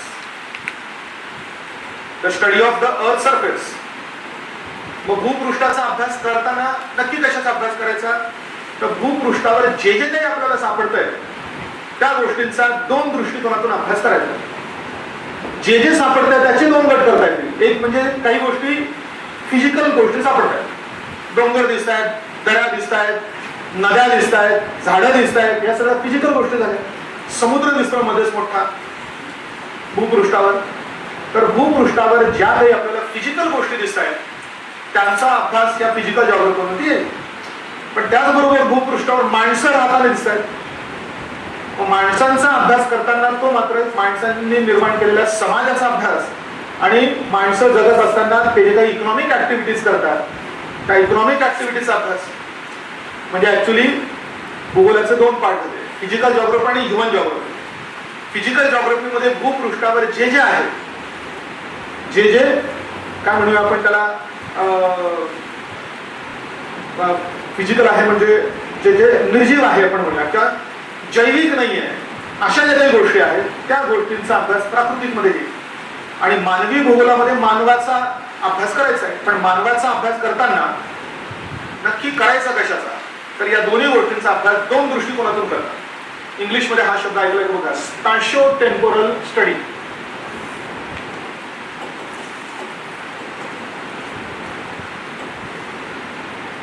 स्पॅशोचा अभ्यास अर्थ झाला स्पेसनुसार आणि टेम्पोरल म्हणजे टाइम नुसार, काळानुसार. येतो लक्षात. भूपृष्ठावर जे काही आहे त्या गोष्टींचं वितरण कसं झालेलं आहे, वरतून बघितल्यानंतर आपल्याला डिस्ट्रीब्युशन कसं दिसेल, तो अभ्यास म्हणजे स्पॅशल. स्पेस या शब्दावरून आलेला शब्द आहे. स्पॅशल म्हणतो मी, स्पेशल नाही शब्द. स्पेस शब्द सगळ्यांना माहिती आहे ना, त्या स्पेस वरून आलेला शब्द आहे स्पॅशल. मग स्पेस म्हणजे आपल्याला म्हणजे अंतराळ. अंतराळातून भूपृष्ठाकडे आपण बघितल्यानंतर आपल्याला वेगवेगळ्या गोष्टी वेगळ्या ठिकाणी दिसतील. डोंगर दिसतात, पण सगळीकडे डोंगर दिसतात का, त्याचं काहीतरी निश्चित वितरण आहे. नद्यांचं निश्चित काहीतरी वितरण आहे. त्याचप्रमाणे माणसांचं निश्चित वितरण आहे. माणसं सगळे एकदम समान विखरून राहतात का भूपृष्ठावर. काही ठिकाणी जास्त घरं करून राहत आहेत, काही ठिकाणी लोकवस्ती एकदम दाट आहे, काही ठिकाणी विरळ आहे. जेव्हा आपण माणसांचा किंवा या भौगोलिक गोष्टींचा स्पेसमध्ये अभ्यास करतो, म्हणजे त्याचा अर्थ त्यांचं भूपृष्ठावरचं वितरण कसं आहे याचा अभ्यास करतो, तेव्हा तो स्पॅशल स्टडी झाला. आणि या वितरणामध्ये काळानुसार काय बदल होत चाललेला आहे या दृष्टिकोनातून अभ्यास करतो, तेव्हा मात्र आपला तो टेम्पोरल स्टडी आहे. मग भूगोल म्हणजे सिम्पली काय, तर भूपृष्ठाचा किंवा भूपृष्ठावर आढळणाऱ्या सगळ्या गोष्टींचा in space as well as in time अभ्यास करणे. इथे लक्षात. मग माणसं राहतात म्हणतात, तर माणसांच्या लोकसंख्येचा आपण अभ्यास होतो. लोकसंख्येचा स्पॅशल स्टडी आणि लोकसंख्येचा टेम्पोरल स्टडी. काय फरक येईल? लोकसंख्येचा स्पॅशल स्टडी म्हणजे काय येईल, लोकसंख्येचं वितरण कसं आहे ते बघणं. समान आहे का वितरण भूपृष्ठावर लोकसंख्येचं? समान आहे का, की बरोबर 1 किलोमीटर मध्ये एक माणूस इथे राहतो, दुसरा माणूस तिथे राहतो, तिसरा माणूस तिथे राहतो, एक घर इथे तर बरोबर दुसरं घर तिथे, असं असतं तर शहरं निर्माणच झाली नसती, गावं निर्माणच झाली नसती. म्हणून भूपृष्ठावर लोक अत्यंत असमानपणे राहतात. तर जसं राहतात तसा त्यांचा स्पेसमध्ये स्टडी करणे. आणि वर्षानुवर्ष सेम तसेच राहतात का, कालावधीनुसार त्यांच्यामध्ये काहीतरी फरक पडत जातो. आपल्याला माहिती आहे की घनता वाढत जाते, बदलत जाते, लोकसंख्येच्या वाढीचा दर बदलत जातो. शहरातली लोकसंख्या जास्त वेगाने वाढते, ग्रामीण भागातली कमी वेगाने वाढते. हे इन टाइम केलेला स्टडी असतो. तर मग अशा रीतीने भूगोलामध्ये आपल्याला या सगळ्या गोष्टींचा स्पेस आणि टाइमच्या दृष्टिकोनातून अभ्यास करणे हा मूळ बेसिक हे असतो. पण तरी मग भूगोलामध्ये मग आपण भूगर्भाचाही अभ्यास करतो. तर तो का करत असावा सांगा माझा. भूगर्भाचा अभ्यास करतो आपण भूगोलात. आणि आधी तर मी म्हटलं की भूगोलामध्ये भूपृष्ठाचा अभ्यास होतो, भूपृष्ठावर असलेल्या गोष्टींचा येतो. मग भूगर्भाचा अभ्यास तर जिओलॉजीमध्ये येतो, तो जिओग्राफीमध्ये नाही यायला पाहिजे. पण बऱ्याच वेळा जिओग्राफीमध्ये सुद्धा त्याचा अभ्यास घेतला जातो. कशामुळे घेतला जात असावा, कारण भूगर्भात जे चालतं त्याचा भूपृष्ठावर परिणाम पडतोच. भूपृष्ठाला प्रभावित करणाऱ्या बऱ्याचशा गोष्टी या कुठून येतात, जनरेट होत आहेत, भूगर्भातनं जनरेट होत आहेत. म्हणून भूगोलामध्ये सुद्धा थोडा का होईना मात्र इव्हन त्या जिओलॉजीचा, भूगर्भात चालणाऱ्या घडामोडींचाही अभ्यास केला जातो. मूळ उद्देश मात्र त्या ठिकाणी असतो की तिथल्या घडामोडींचा परिणाम भूपृष्ठावर नक्की कसा होतो. भूपृष्ठावर जर डोंगर निर्माण झालेले असतील तर त्याचं कारण आत आहे. भूपृष्ठावर जर समजा कुठे दऱ्या आणि खचदऱ्या निर्माण झालेल्या असतील तर त्याचं कारण तिथे आहे.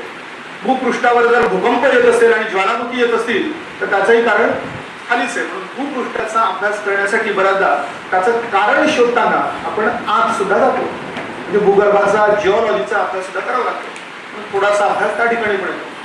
त्याचप्रमाणे भूगर्भात म्हणजे भूगोलाचा अभ्यास करताना आपण वातावरणाचा पण अभ्यास करतो. मग तो का करत असावा. वातावरणाचा आणि भूपृष्ठाचा संबंध आहे का. भूगोलाचा अभ्यास करताना वातावरणाचे थर कोणते आहेत, वातावरणामध्ये काय लेयर्स कोणते आहेत, त्याचं कंपोजिशन काय आहे, हा पण अभ्यास येतो हवामान शास्त्रामध्ये. मग तो का करत असावा, त्याचा काय संबंध आला भूपृष्ठाशी. एअर प्रेशर, भूपृष्ठावर पडणारा पाऊस, त्याचं कारण भूगर्भात नाहीये, त्याचं कारण कुठं आहे? वातावरणातच ना. वातावरणात होणाऱ्या ढग वातावरणात निर्माण होतात, म्हणून त्याचाही अभ्यास त्या ठिकाणी केला पाहिजे. पण अल्टिमेटली इथे रिलेशन कोणाचं बघायचं आपण, म्हणजे कोणाच्या संदर्भात अभ्यास करायचा आहे? भूपृष्ठाच्या. भूपृष्ठाचा अभ्यास करताना काही गोष्टी वातावरणाशी संबंधित आहेत म्हणून त्याचा अभ्यास होतो, आणि काही गोष्टी ह्या भूगर्भाशी संबंधित आहे म्हणूनही त्याचा अभ्यास आपण त्या ठिकाणी करत असतो. तर असा हा भूगोलाशी संबंधित असलेला अभ्यास आहे. फॅक्च्युअल स्टडी फार काही त्याच्यात कॉन्सेप्ट फार कमी आहेत. एकदा समजलं, पाठ झालं की बऱ्याचशा गोष्टी ते लक्षात राहू शकतात. चौथा मुद्दा यातला आहे सगळा राज्यघटनेचा अभ्यास. एका वाक्यात सांगायचं म्हटलं तर राज्यघटना. या संपूर्ण सिलेबस मध्ये हा एकमेव असा विषय आहे की जो तुम्ही सॅच्युरेशन पर्यंत अभ्यास करू शकता. सॅच्युरेशन पर्यंत म्हणजे माझा सगळा अभ्यास झालेला आहे असा क्लेम तुम्हाला फक्त एकाच विषयामध्ये मोठ्या प्रमाणात करता येऊ शकतो, म्हणजे राज्यघटना. बाकीच्या कुठल्याही विषयाबद्दल तुम्ही असा क्लेम करू शकत नाही की माझा इतिहास सगळा माहिती आहे मला, किंवा मला काय म्हणतात सगळा भूगोल माहिती आहे. असं जर कोणाचा क्लेम असेल तर त्याने मला येऊन नंतर भेटावं. तो कसा चुकीचा आहे मी समजून सांगितलं. पण ह्या एका विषयाच्या बाबतीत मात्र तुम्ही त्या लेवल पर्यंत पोहोचू शकता की बहुतेक सगळे राज्यघटना तुम्हाला माहिती आहे आणि त्याच्याबद्दलचे बहुतेक सगळे प्रश्न तुम्हाला सॉल्व्ह करता येतील. त्यामुळे मुलांच्या अभ्यासात आणि प्रिलिमध्ये मॅक्सिमम मार्क मिळवताना पहिला महत्वाचा विषय म्हणून हा राज्यघटना हा असा असतो. यातले 3 सब्जेक्ट कोर आहेत. कोर सब्जेक्ट मी त्याला म्हणतो. त्यात पहिला आहे हा राज्यघटना, दुसरा पुढे मी सांगणार आहे इकॉनॉमिक्स, आणि तिसरा असणार आहे भूगोल. म्हणजे मी जे म्हटलं तुम्हाला 65 प्रश्न तुम्हाला करेक्ट यायचे, त्यापैकी 30 प्रश्न तर 30 ते 35 पर्यंतचे प्रश्न तर या 3 विषयांमध्ये तुम्हाला मिळू शकतात, विशिष्ट लेवल पर्यंत तुम्ही अभ्यास व्यवस्थित केला तर. आणि देशाची राज्यघटना तर आपल्याला माहिती पाहिजेच. राज्यघटनेचा अभ्यास हा अत्यंत इंटरेस्टिंग स्टडी पण आहे. फॅक्च्युअल डिटेल्स भरपूर आहे. किमान 2 किंवा 3 रिव्हिजन झाल्याशिवाय सगळी राज्यघटना तुमच्या डोक्यात बसत नाही. पण एकदा त्या लेवल पर्यंत तुम्ही गेला, म्हणजे एकदा अभ्यास आणि 2दा रिव्हिजन झालं तर मात्र तुम्हाला राज्यघटना फक्त समजलीच असं नाही, तर त्याच्यात इंटरेस्ट डेव्हलप होतो. तुम्ही दुसऱ्या 4 लोकांना ते सांगू शकता, त्या स्तरापर्यंत जाऊ शकता. अशी राज्यघटना. एक नेहमी मी मुद्दा सांगतो बघा, देशाचा नागरिक उत्तम कोणाला म्हणायचं असे कोट केलं, who is the best citizen of the country, तर त्याबद्दल एक कोट केला तो, the person who knows the history and geography of the country is the best citizen of the country. Best नाही तर बेटर तरी म्हणूया. देशाचा उत्तम नागरिक कोण? की ज्याला आपल्या देशाचा इतिहास आणि आपल्या देशाचा भूगोल माहिती आहे असा माणूस देशाचा उत्तम नागरिक असतो, असे एक वाक्य केलं जातं. या गोष्टीमध्ये मी या गोष्टीची पण ऍडिशन करतो. नुसता देशाचा इतिहास आणि भूगोल नाही, तर देशाची घटना आणि देशाचा कायदा ज्याला माहित आहे तो जास्त अजून उत्तम नागरिक बनू शकतो. आपला देश ज्या कायद्यांच्या आधारावर चालतो आणि हे सगळे कायदे ज्या मूळ कायद्याच्या आधारावर तयार करण्यात आलेले आहेत त्या म्हणजे ती घटना आपल्याला माहिती असेल तरच आपण देशाचे फार चांगले नागरिक बनलेलो आहोत असा अर्थ होईल. नाहीतर याचा अर्थ आपण देशात जगतोय पण देशाचा कायदा काय आहे, घटना काय आहे याचा आपल्याला जवळपास काही संबंध नसतो. आणि मग एमपीएससीचा अभ्यास करण्याचे जे काही फायदे आहेत, या फायद्याचा हा प्रमुख फायदा आहे. एमपीएससीचा अभ्यास आपण पास होण्यासाठीच केला पाहिजे, पण तात्पुरता आपण पास होणं नापास होणं हे जर समजा जर बाजूला ठेवलं तर फायदा काय? आपल्याला अशा गोष्टी अभ्यासातून आपल्या जातात देशाबद्दलच्या की ज्या नॉर्मली कदाचित आपल्या अभ्यासातून गेल्या नसतात. इथे लक्षात, तुम्ही ग्रॅज्युएट झाल्यात लगेच नोकरीला लागला समजा दुसरी कुठेतरी, पुन्हा वाचणार असतात तेवढ्या देशाचा इतिहास भूगोल. पेपर जरी वाचणार असाल तर पेपर मी त्या इंटरेस्टिंग गोष्टीच वाचणार. तुम्ही खऱ्या गोष्टी वाचतील याची काही गॅरंटी नाहीये. कित्येक मुलं एकदा नोकरीला लागले की पेपर वाचणं सुद्धा त्यांचं बंद होऊन जातं. म्हणजे आपण देशात राहतोय पण देशाबद्दल फार थोडी आणि वरवरची आणि आपल्या आजूबाजूला जेवढं दिसतं तेवढंच, ज्या शहरात राहतो त्या शहरापुरतीच तेवढीच फक्त आपली माहिती असते, त्याच्या पलीकडे जनरली जात नाही. पण एमपीएससीच्या अभ्यासाचा आणि यूपीएससीच्या अभ्यासाचा हा एक प्रमुख फायदा आहे की आपल्याला आपल्या देशाचा इतिहास, देशाचा भूगोल, देशाची राज्यघटना, देशाची अर्थव्यवस्था, देशाची समाज व्यवस्था, या सगळ्या गोष्टी अभ्यासाचा भाग म्हणून आपल्याला समजायला लागतात आणि आपला समाजाकडे बघण्याचा दृष्टिकोन चेंज होतो. लक्षात घ्या, नॉलेज इज पॉवर असं आपण म्हणतो आणि हे नॉलेज आपल्याला आर्टिफिशियलीच प्राप्त करावं लागतं. सगळं येत नसतं आपल्याला, अभ्यासामधूनच ते जनरेट होतं. त्यामुळे हे नॉलेज आपल्याला नॅचरली आपल्या अभ्यासाचा भाग म्हणून कळणार. त्यामुळे आपल्याला देशाची घटना समजते, हा फार मोठा ऍडव्हान्टेज आहे. आणि ह्या सगळ्या अभ्यासामुळे आपण आपल्या समाजाकडे कशा दृष्टीने बघतोय, समाजाचे प्रश्न आपल्याला कळत आहेत, ते सॉल्व्ह झाले पाहिजे अशी अपेक्षा आपली निर्माण होते. त्यात माझं काय कॉन्ट्रीब्युशन असणार आहे ते पण आपल्याला वाचायला लागतं. त्यामुळे आपली पर्सनॅलिटी सुद्धा हळूहळू चेंज व्हायला लागते. चेंज झालीच पाहिजे. आणि ती आपला विचार करण्याची पद्धत, आपली इतरांशी डील करण्याची पद्धत, इतरांशी आपण जी काही चर्चा करतोय त्या चर्चेची पद्धत आणि त्या चर्चेची गुणवत्ता, या सगळ्या गोष्टींमध्ये हळूहळू तुमच्या फरक पडत जाईल आणि तो पडला पाहिजे अशी या ठिकाणी अपेक्षा आहे.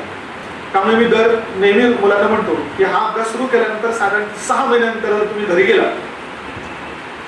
समजा दिवाळीत तुम्ही घरी गेला, तर घरच्यांना तुमच्या व्यक्तिमत्वामध्ये काहीतरी बदल झालेला आहे असं जाणवलं पाहिजे. म्हणजे पूर्वीचे तुम्ही आणि नंतरचे तुम्ही यात काहीतरी त्यांना एकदम विजिबल डिफरन्स दिसला पाहिजे. कारण असं वाटलं रे आपला मुलगा मुलगी आता काहीतरी जरा थोडस इन डेप्थ बोलायला लागला आहे, का काहीतरी चांगलं वैचारिक पद्धतीने बोलतोय, बोलण्याच्या पद्धतीतही फरक पडलेला आहे. पूर्वी हमरी दुमरून यायचा पटकन थोडस काहीतरी झालं तर, आता मात्र जरा थोडासा शांततेनं बोलतोय किंवा काहीतरी समजून सांगण्यासारखी बोलतोय. याचा काहीतरी डोक्यात फरक पडला, पर्सनॅलिटीमध्ये काहीतरी फरक पडलाय. असा बदल झालाच पाहिजे. तर हा साईडी फायदा सुद्धा तुम्हाला तुमच्या मित्रांना सुद्धा घरी गेल्यानंतर कळलं पाहिजे. तरी हा जरा तर वेगळा बोलायला लागला, काहीतरी वेगळ्या पद्धतीने बोलायला लागला. याच्याकडे सगळ्या गोष्टीचं ज्ञान आहे. राजकारण सुद्धा होतं, हा राजकारणावर बोलतो किंवा काहीतरी आंतरराष्ट्रीय काहीतरी बोलायचं असेल तर त्याला अरे याला वेगळे देश पण माहिती आहे जगातले. हा फार मोठा चेंज आहे आणि तो इथून सुरू झाला पाहिजे. त्यामुळे मी तुमच्यासाठी एक टार्गेट देतोय की 6 महिन्यानंतर कुणीतरी ऍटलिस्ट एकाने तुम्हाला असं येऊन सांगितलं पाहिजे किंवा म्हटलं पाहिजे तुझ्यात काहीतरी चेंज झालेला दिसतो, पॉझिटिव्ह, हा चांगला बदल झालेला दिसतो. तुझ्या बोलण्यातून आता जरा थोडस तुझी पर्सनॅलिटी, तुझं व्यक्तिमत्व जरा जास्त बेटर दिसतंय असं कळलं पाहिजे. असं त्याला वाटतंय असं त्याने सांगितलं पाहिजे. इव्हन घरच्यांना पण कळलं पाहिजे. आणि असं जर कोणी बोललं असेल तर मला येऊन सांगा. म्हणजे खरंच हा अशा रीतीने फायदा झालेला आहे. नाहीतर फार मुलांना म्हणजे एवढे बऱ्याचशा जणांना तर राज्यघटनेशी संबंधित एकदम बेसिक इन्फॉर्मेशन पण नसते. उदाहरणार्थ की लोकसभेत महाराष्ट्रातून किती जागा निवडून जातात माहिती ना तुम्हाला सगळ्यांना, तर तुम्ही त्याच्यामध्येच आहात. लोकसभेच्या एकूण खासदारांपैकी महाराष्ट्रातून निवडून दिले जाणारे खासदारांची संख्या किती? 48. करेक्ट आहे. राज्यसभेच्या एकूण सदस्यांपैकी महाराष्ट्रातून निवडून जाणाऱ्या सदस्यांची संख्या किती? लोकसभेत 48 महाराष्ट्रातून जातात खासदार. लोकसभेच्या 543 निर्वाचित सदस्यांपैकी महाराष्ट्रातले 48 आणि राज्यसभेच्या 245 टोटल मधले निर्वाचित सदस्य 233 पैकी महाराष्ट्रातले किती? 90. करेक्ट. आता हा विधानसभेचा तुम्ही सतत मुद्दा ऐकत होता. महाराष्ट्राच्या विधानसभेची सदस्य संख्या किती आहे? 288. महाराष्ट्राच्या विधान परिषदेची ही एकदम बेसिक इन्फॉर्मेशन सुद्धा जनरली आपल्याला नसते किंवा आपण त्याकडे लक्ष दिलेलं नसतं. किंवा बऱ्याच वेळा कोणत्या निवडणुका आल्या हे आपल्याला कळत नाही. निवडणुका एवढं माहिती असतं, बरोबर आहे. मध्येच पालिकेच्या निवडणुका येतात किंवा गावात राहत असतं, मध्ये समजा ग्रामपंचायतीच्या येतात, विधानसभेची येते का विधान परिषद आली, पुन्हा कोणता शिक्षक मतदारसंघ वेगळा, तर कोणता समजा म्हणजे पदवीधर मतदारसंघ वेगळा, तो कुठे दिसत नाही. शिक्षक मतदारसंघ, पदवीधर मतदारसंघ हे असे भौगोलिक मतदारसंघ नाही आहेत. आपल्याला तर मतदारसंघ म्हणजे एरिया माहिती असतो. हा कसा काय मतदारसंघ? ह्या एकदम बेसिक गोष्टी आपल्याला नॉर्मली माहिती नसतात, तर त्या ह्या सगळ्या ह्या प्रोसेसमधनं माहिती होण्याची शक्यता आहे आपल्याला. तर असा हा राज्यघटनेचा भरपूर मोठा आणि बराचसा इंटरेस्टिंग पण फॅक्च्युअल डिटेल्स खूप जास्त, म्हणून 1-2 रिव्हिजन झाल्यानंतरच सगळी राज्यघटना आपल्या डोक्यात बसली आहे अशा स्थितीपर्यंत आपल्याला जाता येऊ शकतो. 5वा सब्जेक्ट आहे अर्थव्यवस्थेचा, इकॉनॉमिक्स बद्दलचा. या संपूर्ण सिलेबस पैकी हा विषय असा आहे की जो जास्तीत जास्त संकल्पनात्मक आहे, कॉन्सेप्च्युअल आहे. बाकीचे बरेचसे फॅक्च्युअल आहेत, एकदा वाचले की बरेचसे कळतात. पण इकॉनॉमिक्स मध्ये मात्र जोपर्यंत तुम्हाला वेगवेगळ्या संकल्पना कळणार नाही, वेगवेगळ्या टर्म्स कळणार नाही, त्याचा अर्थ काय होतो ते कळणार नाही, तोपर्यंत पुढचे फॅक्च्युअल डिटेल्स तुम्हाला लक्षात राहणं शक्य होत नाही. त्यामुळे इकॉनॉमिक्स हा मी म्हटलं की कोर सब्जेक्ट मध्ये मी त्याला मानतो, पण केव्हा संकल्पना आणि फॅक्ट्स यांचं वाचन एकदा होऊन समजून जेव्हा तुमच्या 2 रिव्हिजन्स होतात तेव्हाच तुमचा हा कोर सब्जेक्ट बनतो. म्हणजे दरवर्षीच्या मुलांचा अनुभव हा आहे, एकदा आपल्या बॅचमधून बराचसा इकॉनॉमिक्स शिकले की त्यांना इकॉनॉमिक्स सुद्धा तेवढाच इंटरेस्टिंग सब्जेक्ट वाटायला लागतो. पेपरमध्ये येणारे जे काही इकॉनॉमिक डेव्हलपमेंट्स असतील त्या पण त्यांना समजायला लागतात. सुरुवातीला समजत नाही, कारण संकल्पनेचा अर्थच माहिती नसतो बऱ्याचदा. तर ह्या कळल्यानंतर मात्र हा इकॉनॉमिक्स हा काही जणांचा मोस्ट किंवा फेवरेट सब्जेक्ट असाही बनतो. पण हे 2 सब्जेक्ट निश्चितच तुम्हाला जास्तीत जास्त मार्क्स मिळवून देणारे असू शकतात.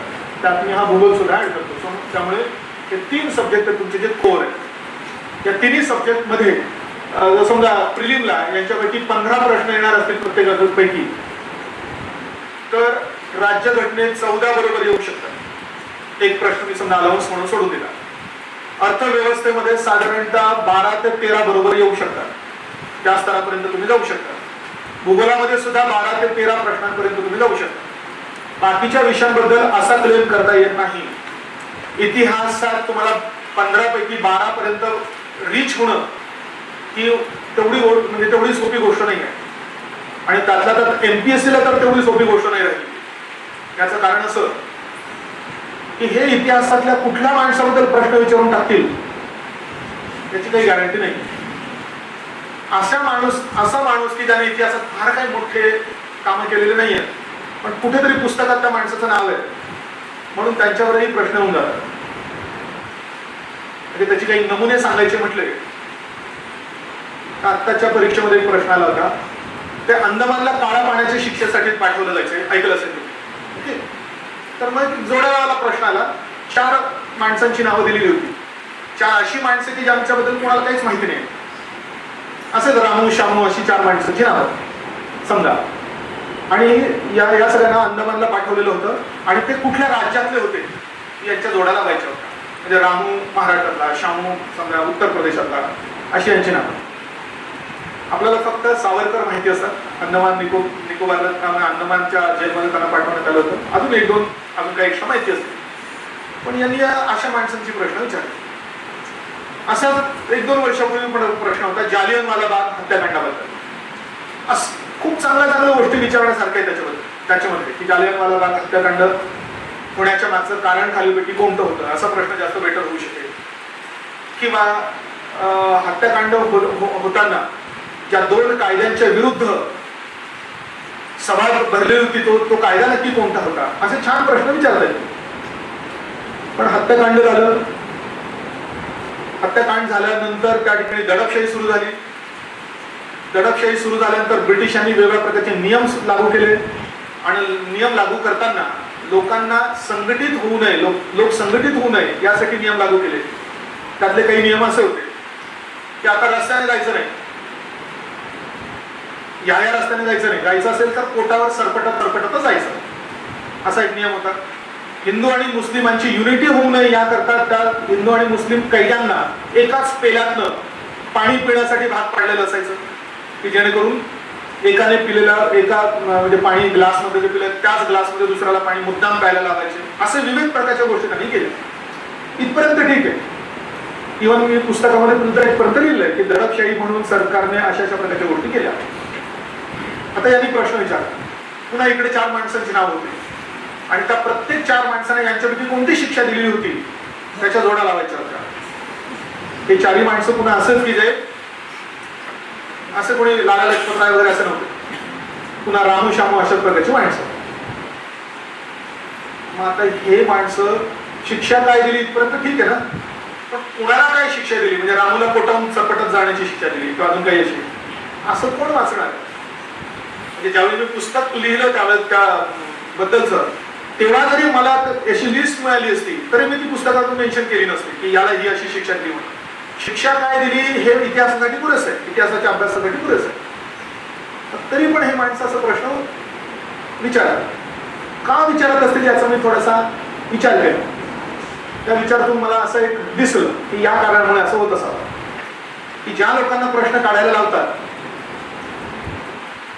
त्यांच्यापैकी इतिहासाचे प्रश्न ज्याने काढत असेल समजा तो कुठल्या तरी कॉलेजच्या मोठ्या विद्यापीठाच्या मोठ्या लायब्ररीमध्ये गेला असेल. कॉलेजमध्ये लायब्ररीत किती पुस्तकं असतात माहिती आहे का? 1000. प्रत्येक छोट्या छोट्या घटनेवर एक मोठं 300-400 पानांचं पुस्तक त्या ठिकाणी ऐकण्याची शक्यता. मग या माणसाने लायब्ररीत गेला, त्याला फक्त जालियनवाला बाग हत्याकांडावर 500 पानांचं पुस्तक दिसलं असेल. त्याने ते उचललं, जे पान निघालं त्या पानावर ह्या सोमोगोमनचं नाव दिलेलं होती आणि त्याने दिलेली शिक्षा दिलेली होती आणि त्याला ते वाटलं की याच्यावरच प्रश्न तयार करा. संबंधित माणसाला हे माहिती नाही कारण ही राज्यसेवेची परीक्षा आहे. अशा मुलांसाठी ही परीक्षा घ्यायची की जे उद्या प्रशासनात गेल्यानंतर काहीतरी काम करणार आहे, क्लास 1 क्लास 2 ऑफिसर होणार आहे. त्यांना हे गरजेचं आहे का की कोणाला काय शिक्षा दिली होती? त्यांना काय गरजेचं आहे? जालियनवाला हत्याकांड काय होतं, त्याचं कारण काय झालं, काय नक्की सरकारने दडपशाही केली, भारतीयांचा प्रतिसाद कसा होता, हे महत्वाचं आहे. नक्की कोणाला काय शिक्षा दिली हे महत्वाचं.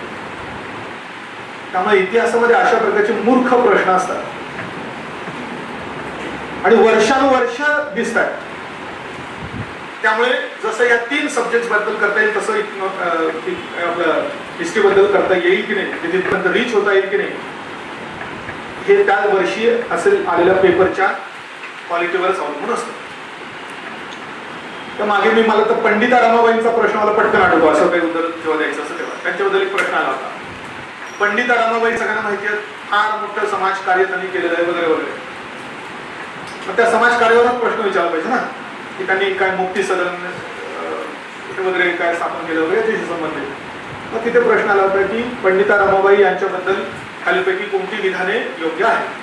सगळी काही मला आठवत नाही पण त्यातली 1-2 आठवतात. एक विधान होतं, पंडिता रमाबाई यांच्याशी विवाह करण्यासाठी तेव्हाचे भरपूर ICS ऑफिसर्स इच्छुक होते. दुसरं विधान होतं, पण त्यांनी यांच्याशी लग्न केलं. आणि तिसरं विधान काही त्यांच्या भावाच्या नावाचं होतं की श्रीनिवास शास्त्री हे त्यांच्या भावाचं नाव होतं. त्यांनी काय केलं याच्यावर प्रश्नच नाही. त्यांनी काय समाज सुधारणा केली आणि त्यासाठी हाल अपेक्षा सहन केल्या याबद्दल प्रश्न नाही. प्रश्न कशाबद्दल आला, त्यांच्याशी लग्न करण्यासाठी ICS ऑफिसर्स खूप इच्छुक होते. कोणाशी केलं नाही त्यांनी लग्न, इच्छुक होते ह्या पॉइंटवर प्रश्न. विधान बरोबर का चूक म्हणून. आता एखाद्या मुलाने हा प्रश्न बघितला आणि अशा प्रकारचे प्रश्न येत आहेत म्हणून त्याने जर आपला अभ्यास कसा पाहिजे म्हणून निर्णय घेतला तो काय करेल? त्याच्या डोक्यात असा प्रश्न येईल ना की पंडिता रमाबाईशी लग्न करण्यासाठी कोण कोण तयार होता असा प्रश्नाने विचारला तर बाकीच्यांबद्दलही असं असू शकतं. मग बाकीच्या सगळ्या समाज सुधारकांशी कोण कोण लग्न करायला तयार होतं हे शोधत बसेल. म्हणजे अभ्यासाचा फाटाच कुठला. असंच अजून काही वर्षांपूर्वीची एक गोष्ट मला आठवते. एकदा एक मुलगा आला आणि त्याच्याकडे लिस्ट होती प्राण्यांच्या नावाची. एक 10-12 प्राणी होते आणि त्या प्राण्यांच्या पिल्लांना काय म्हणतात त्याबद्दलची ही लिस्ट होती. आणि त्याने विचारलं की सर मला या सगळ्या प्राण्यांच्या पिल्लांच्या शरीरात पाण्याचं प्रमाण किती असतं याची आकडेवारी द्या. 10-12 प्राणी म्हणजे सगळे झाले त्याच्यामध्ये बरेचसे. हे कशाला पाहिजे मलाही पण माहिती नाही, मला बघायला म्हटलं हे सगळं. हे पाहिजेच कशाला. पण आता मागच्या वर्षीच्या पेपरमध्ये प्रश्न आला की वासराच्या शरीरामध्ये किती पाण्याचं प्रमाण असतं. म्हणजे बघा आता वासराच्या शरीरात पाण्याचं प्रमाण किती असतं ह्या प्रश्नावरून त्याने निष्कर्ष काय काढला अभ्यासाबद्दल की जर वासराच्या विचारलं असेल तर गाढवाच्या पण विचारलं नसेल. म्हणून तो सगळ्याच प्राण्यांच्या पिल्लांची नावं घेऊन आला आणि याचे आकडेवारी किती आहे ते जाण्याचा म्हणजे त्याचा प्रयत्न होता. म्हणजे चुकीच्या प्रश्नांमुळे अभ्यासही किती चुकीचा होण्याची शक्यता असते असा प्रकार होतो. त्यामुळे एमपीएससी मध्ये आता हा प्रकार जरा कमी होईल आणि मुख्य परीक्षा जेव्हा ऑब्जेक्टिव्ह होती तेव्हा स्कोप होता प्रचंड काही विचारण्याचा, बोगस फालतू प्रश्न विचारण्याचा. आणि जे प्रश्न का विचारले या माणसाने म्हणजे दरवर्षीचा पेपर बघितल्यानंतर माझा अर्धा तास मला फार राग येतो. अर्धा तास जसं चल विचार आणि बेचैन झाल्यासारखं वाटतं. तर आपण सगळे या मुलांना सगळं इतकं सगळं चांगलं छान डिटेल्स सांगतो आणि हे मात्र काहीतरी असे बोगस प्रश्न विचारतात. मुलांना आपण लेटेस्ट आकडेवारी सांगतो, हे मात्र 2012ची आकडेवारी विचारतात, 13ची विचारतात. 20ची माहिती मुलांना, 21ची माहिती आहे. आता 2013 साली दारिद्र्याचं प्रमाण किती होतं हा प्रश्न विचारला पाहिजे का? आता किती ते विचारलं पाहिजे. आताची माहिती आहे 12च्या किंवा 13च्या आकड्याला काय म्हणतो राहिले तरी सुद्धा अशा प्रकारचे प्रश्न त्या ठिकाणी विचारले जायचे. फॉर्च्युनेटली तुम्ही या सगळ्या बोगस प्रश्नांमधून आता वाचाल आणि आता मेन्सची उत्तर तुम्हाला द्यायची. बोगस प्रश्न आता फक्त राहिले तर फक्त इथे राहतील काही, पण ते 5-10च्या पेक्षा जास्त असण्याची शक्यता नाही. त्यामुळे जो काही झालेला बदल आहे उलट हा तसा बघितला तर अभ्यासाच्या क्वालिटीच्या दृष्टीने बेटर असेल. त्यामुळे असं फालतू काही वाचायची आवश्यकता राहणार नाही. आता ऑब्जेक्टिव्ह प्रश्नामध्ये संस्थेच्या तारखेवर पण प्रश्न विचारलेले असायचे. म्हणजे एखाद्या संस्थेचा प्रश्न असायचा आणि खालीपैकी कोणती विधानं करेक्ट. मग पहिलं विधान 15 ऑगस्ट 2000 काहीतरी वर्ष या दिवशी संस्थेची स्थापना झाली. आता तारखेसहित कोण लक्षात ठेवणार ना. संस्था एक नाही लक्षात ठेवायची आपल्याला, कायदे एक नाही लक्षात ठेवायचे, असंख्य संस्था असंख्य कायदे. एक वेळ वर्ष असलं तर ठीक आहे, पण मग 15 ऑगस्ट आहे का 17 ऑगस्टच आहे एवढं काही विचार करण्याची आवश्यकता नाही. त्यामुळे अशा उलट आता तुम्ही वाचलात या सगळ्या प्रश्नांची. काही प्रश्न डायरेक्ट लिफ्ट केलेले प्रश्न असायचे आणि विचारच केलेला नसायचा. अजून एक पॉईंट सांगतो बघा, मुलांमध्ये फार मोठं मिसकन्सेप्शन असतं की हे प्रश्न एमपीएससी काढतं. म्हणजे पेपर आल्यानंतर तुम्ही म्हणता रे आयोगाने हा काय प्रश्न विचारला, आयोगाने असं काय विचारलं, आयोगाने असं काय केलं असं तुम्ही म्हणता. पण लक्षात घ्या आयोगाकडे कोणताही अकॅडमिक स्टाफ नाही. त्यांच्याकडे त्यांची फक्त ते कर्मचारी वर्ग आहेत, त्यांच्याकडे अकॅडमिक स्टाफ नाही. त्यामुळे त्यांना हे प्रश्न सगळ्यांकडून म्हणजे हे सगळे प्रश्न त्यांना बाहेरून काढून घ्यावे लागतात. त्यामुळे आयोगाचा याच्यात प्रश्नांमध्ये छापणं बिपणं याचाच रोल झाला, डिस्ट्रीब्यूट करणं आणि परीक्षा घेणं हा रोल झाला. प्रश्न काढण्यात रोल नाही. बाहेरून कोणाकडून काढून घ्यायचे मग त्यासाठी राज्य शासनानं वेगवेगळ्या विद्यापीठातल्या वेगवेगळ्या डिपार्टमेंटच्या एचओडींची एक लिस्ट केलेली असते. त्याला पॅनलमेंट म्हणतात. त्या पॅनलवर ज्या एचओडीज आहेत, जे एचओडीज आहेत त्यांना संबंधित प्रश्न काढण्यासाठी सांगितलं जातं. आणि पुन्हा जर समजा प्रिलिमचा हे काढायचं असेल आणि जर समजा भूगोलाचे 15 प्रश्न असतील तर 15 प्रश्नांचे 3 वेगवेगळे सेट काढायला लागतात. म्हणजे 3 माणसांना 15 प्रश्न काढायला लागतात असं सगळ्या विषयांचं. आणि ऐनवेळी ते रिशफल करतात, शफलिंग करतात. म्हणजे त्या 3 पैकी एक घेतात, दुसऱ्या 3 पैकी एक घेतात, असं करून ते 100 प्रश्न तयार करतात आणि तो छापण्यासाठी पाठवला जातो.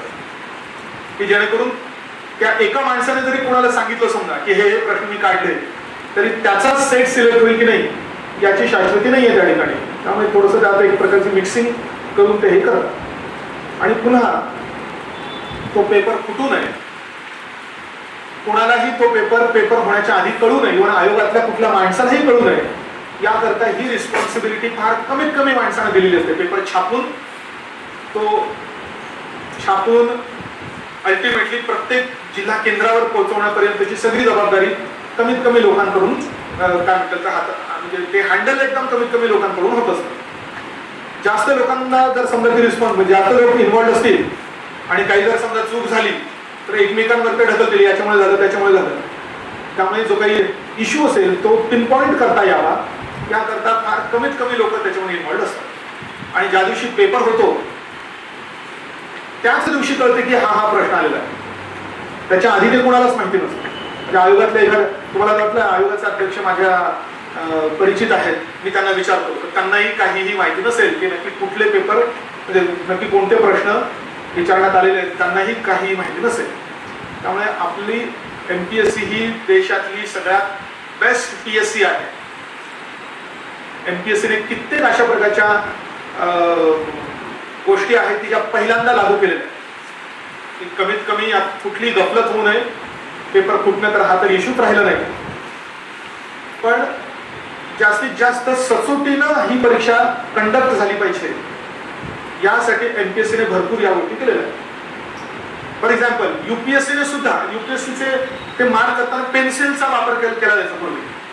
म्हणजे जे 4 गोल असतील ते गोल करेक्ट मार्क करण्यासाठी पेन्सिल वापरली जायची.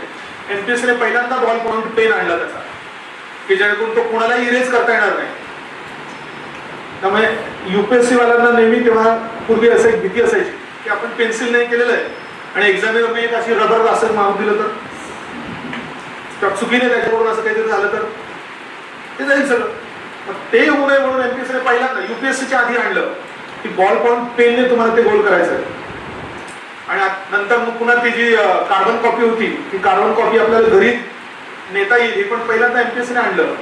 आणि आता तर डायरेक्टली स्कॅन कॉपी असेल, तुम्ही कोणते प्रश्न मार्क केलेले आहेत की स्कॅन कॉपी सुद्धा तुम्हाला तुमच्या त्या अकाउंटवर असेल उपलब्ध, की जेणेकरून जनरली मुलं क्लेम करतात ना की मला तर इतके इतके मार्क होते, मी कसं काय नापास झालो, केसेस टाकण्याचं काम करतात. ते पण होणार नाही याकरता त्यांनी आता बघा तुमचे इतके इतके मार्क नव्हते, इतकेच होते, हे बघा याच्यामध्ये तिथे सगळं उपलब्ध असेल असा प्रकार झाला. या सगळ्या गोष्टी याच्यातनं एक हे सिद्ध होतं की MPSC ने परीक्षा उत्तम पद्धतीने कंडक्ट करण्यासाठी भरपूर वेगवेगळे काय म्हणतात निर्णय त्या ठिकाणी घेतलेले आहेत. आणि बेस्ट अशा प्रकारची PSC कर्नाटकातली, गुजरातच्या PSCचं काही खरं नाही. तिथे केव्हा परीक्षा होतात, कशा होतात, व्यवस्थित होतात की नाही निश्चित काही सांगता येत नाही, अशा प्रकारची गोष्ट आहे. आणि बऱ्याच वेळा जेव्हा त्या सीमेच्या तिथं राहणारी मुलं सांगतात की आमच्या कर्नाटकमध्ये अशा प्रकारच्या गोष्टी होतात, विविध काय काय सांगतात ते. त्यामुळे मला माहिती आहे इव्हन गुजरातच्या बाबतीतही जरा थोडेसे प्रॉब्लेम्स आहेत असं म्हणून. त्यामुळे MPSC ही वेल मॅनेज्ड आणि वेल कंडक्टिंग अशा प्रकारची बॉडी आहे निश्चित. त्यामुळे फक्त कशावर अवलंबून तुमचं पास होणं, फक्त तुमच्या प्रयत्नांवर आणि तुमच्या अभ्यासावर या सगळ्या गोष्टी अवलंबून.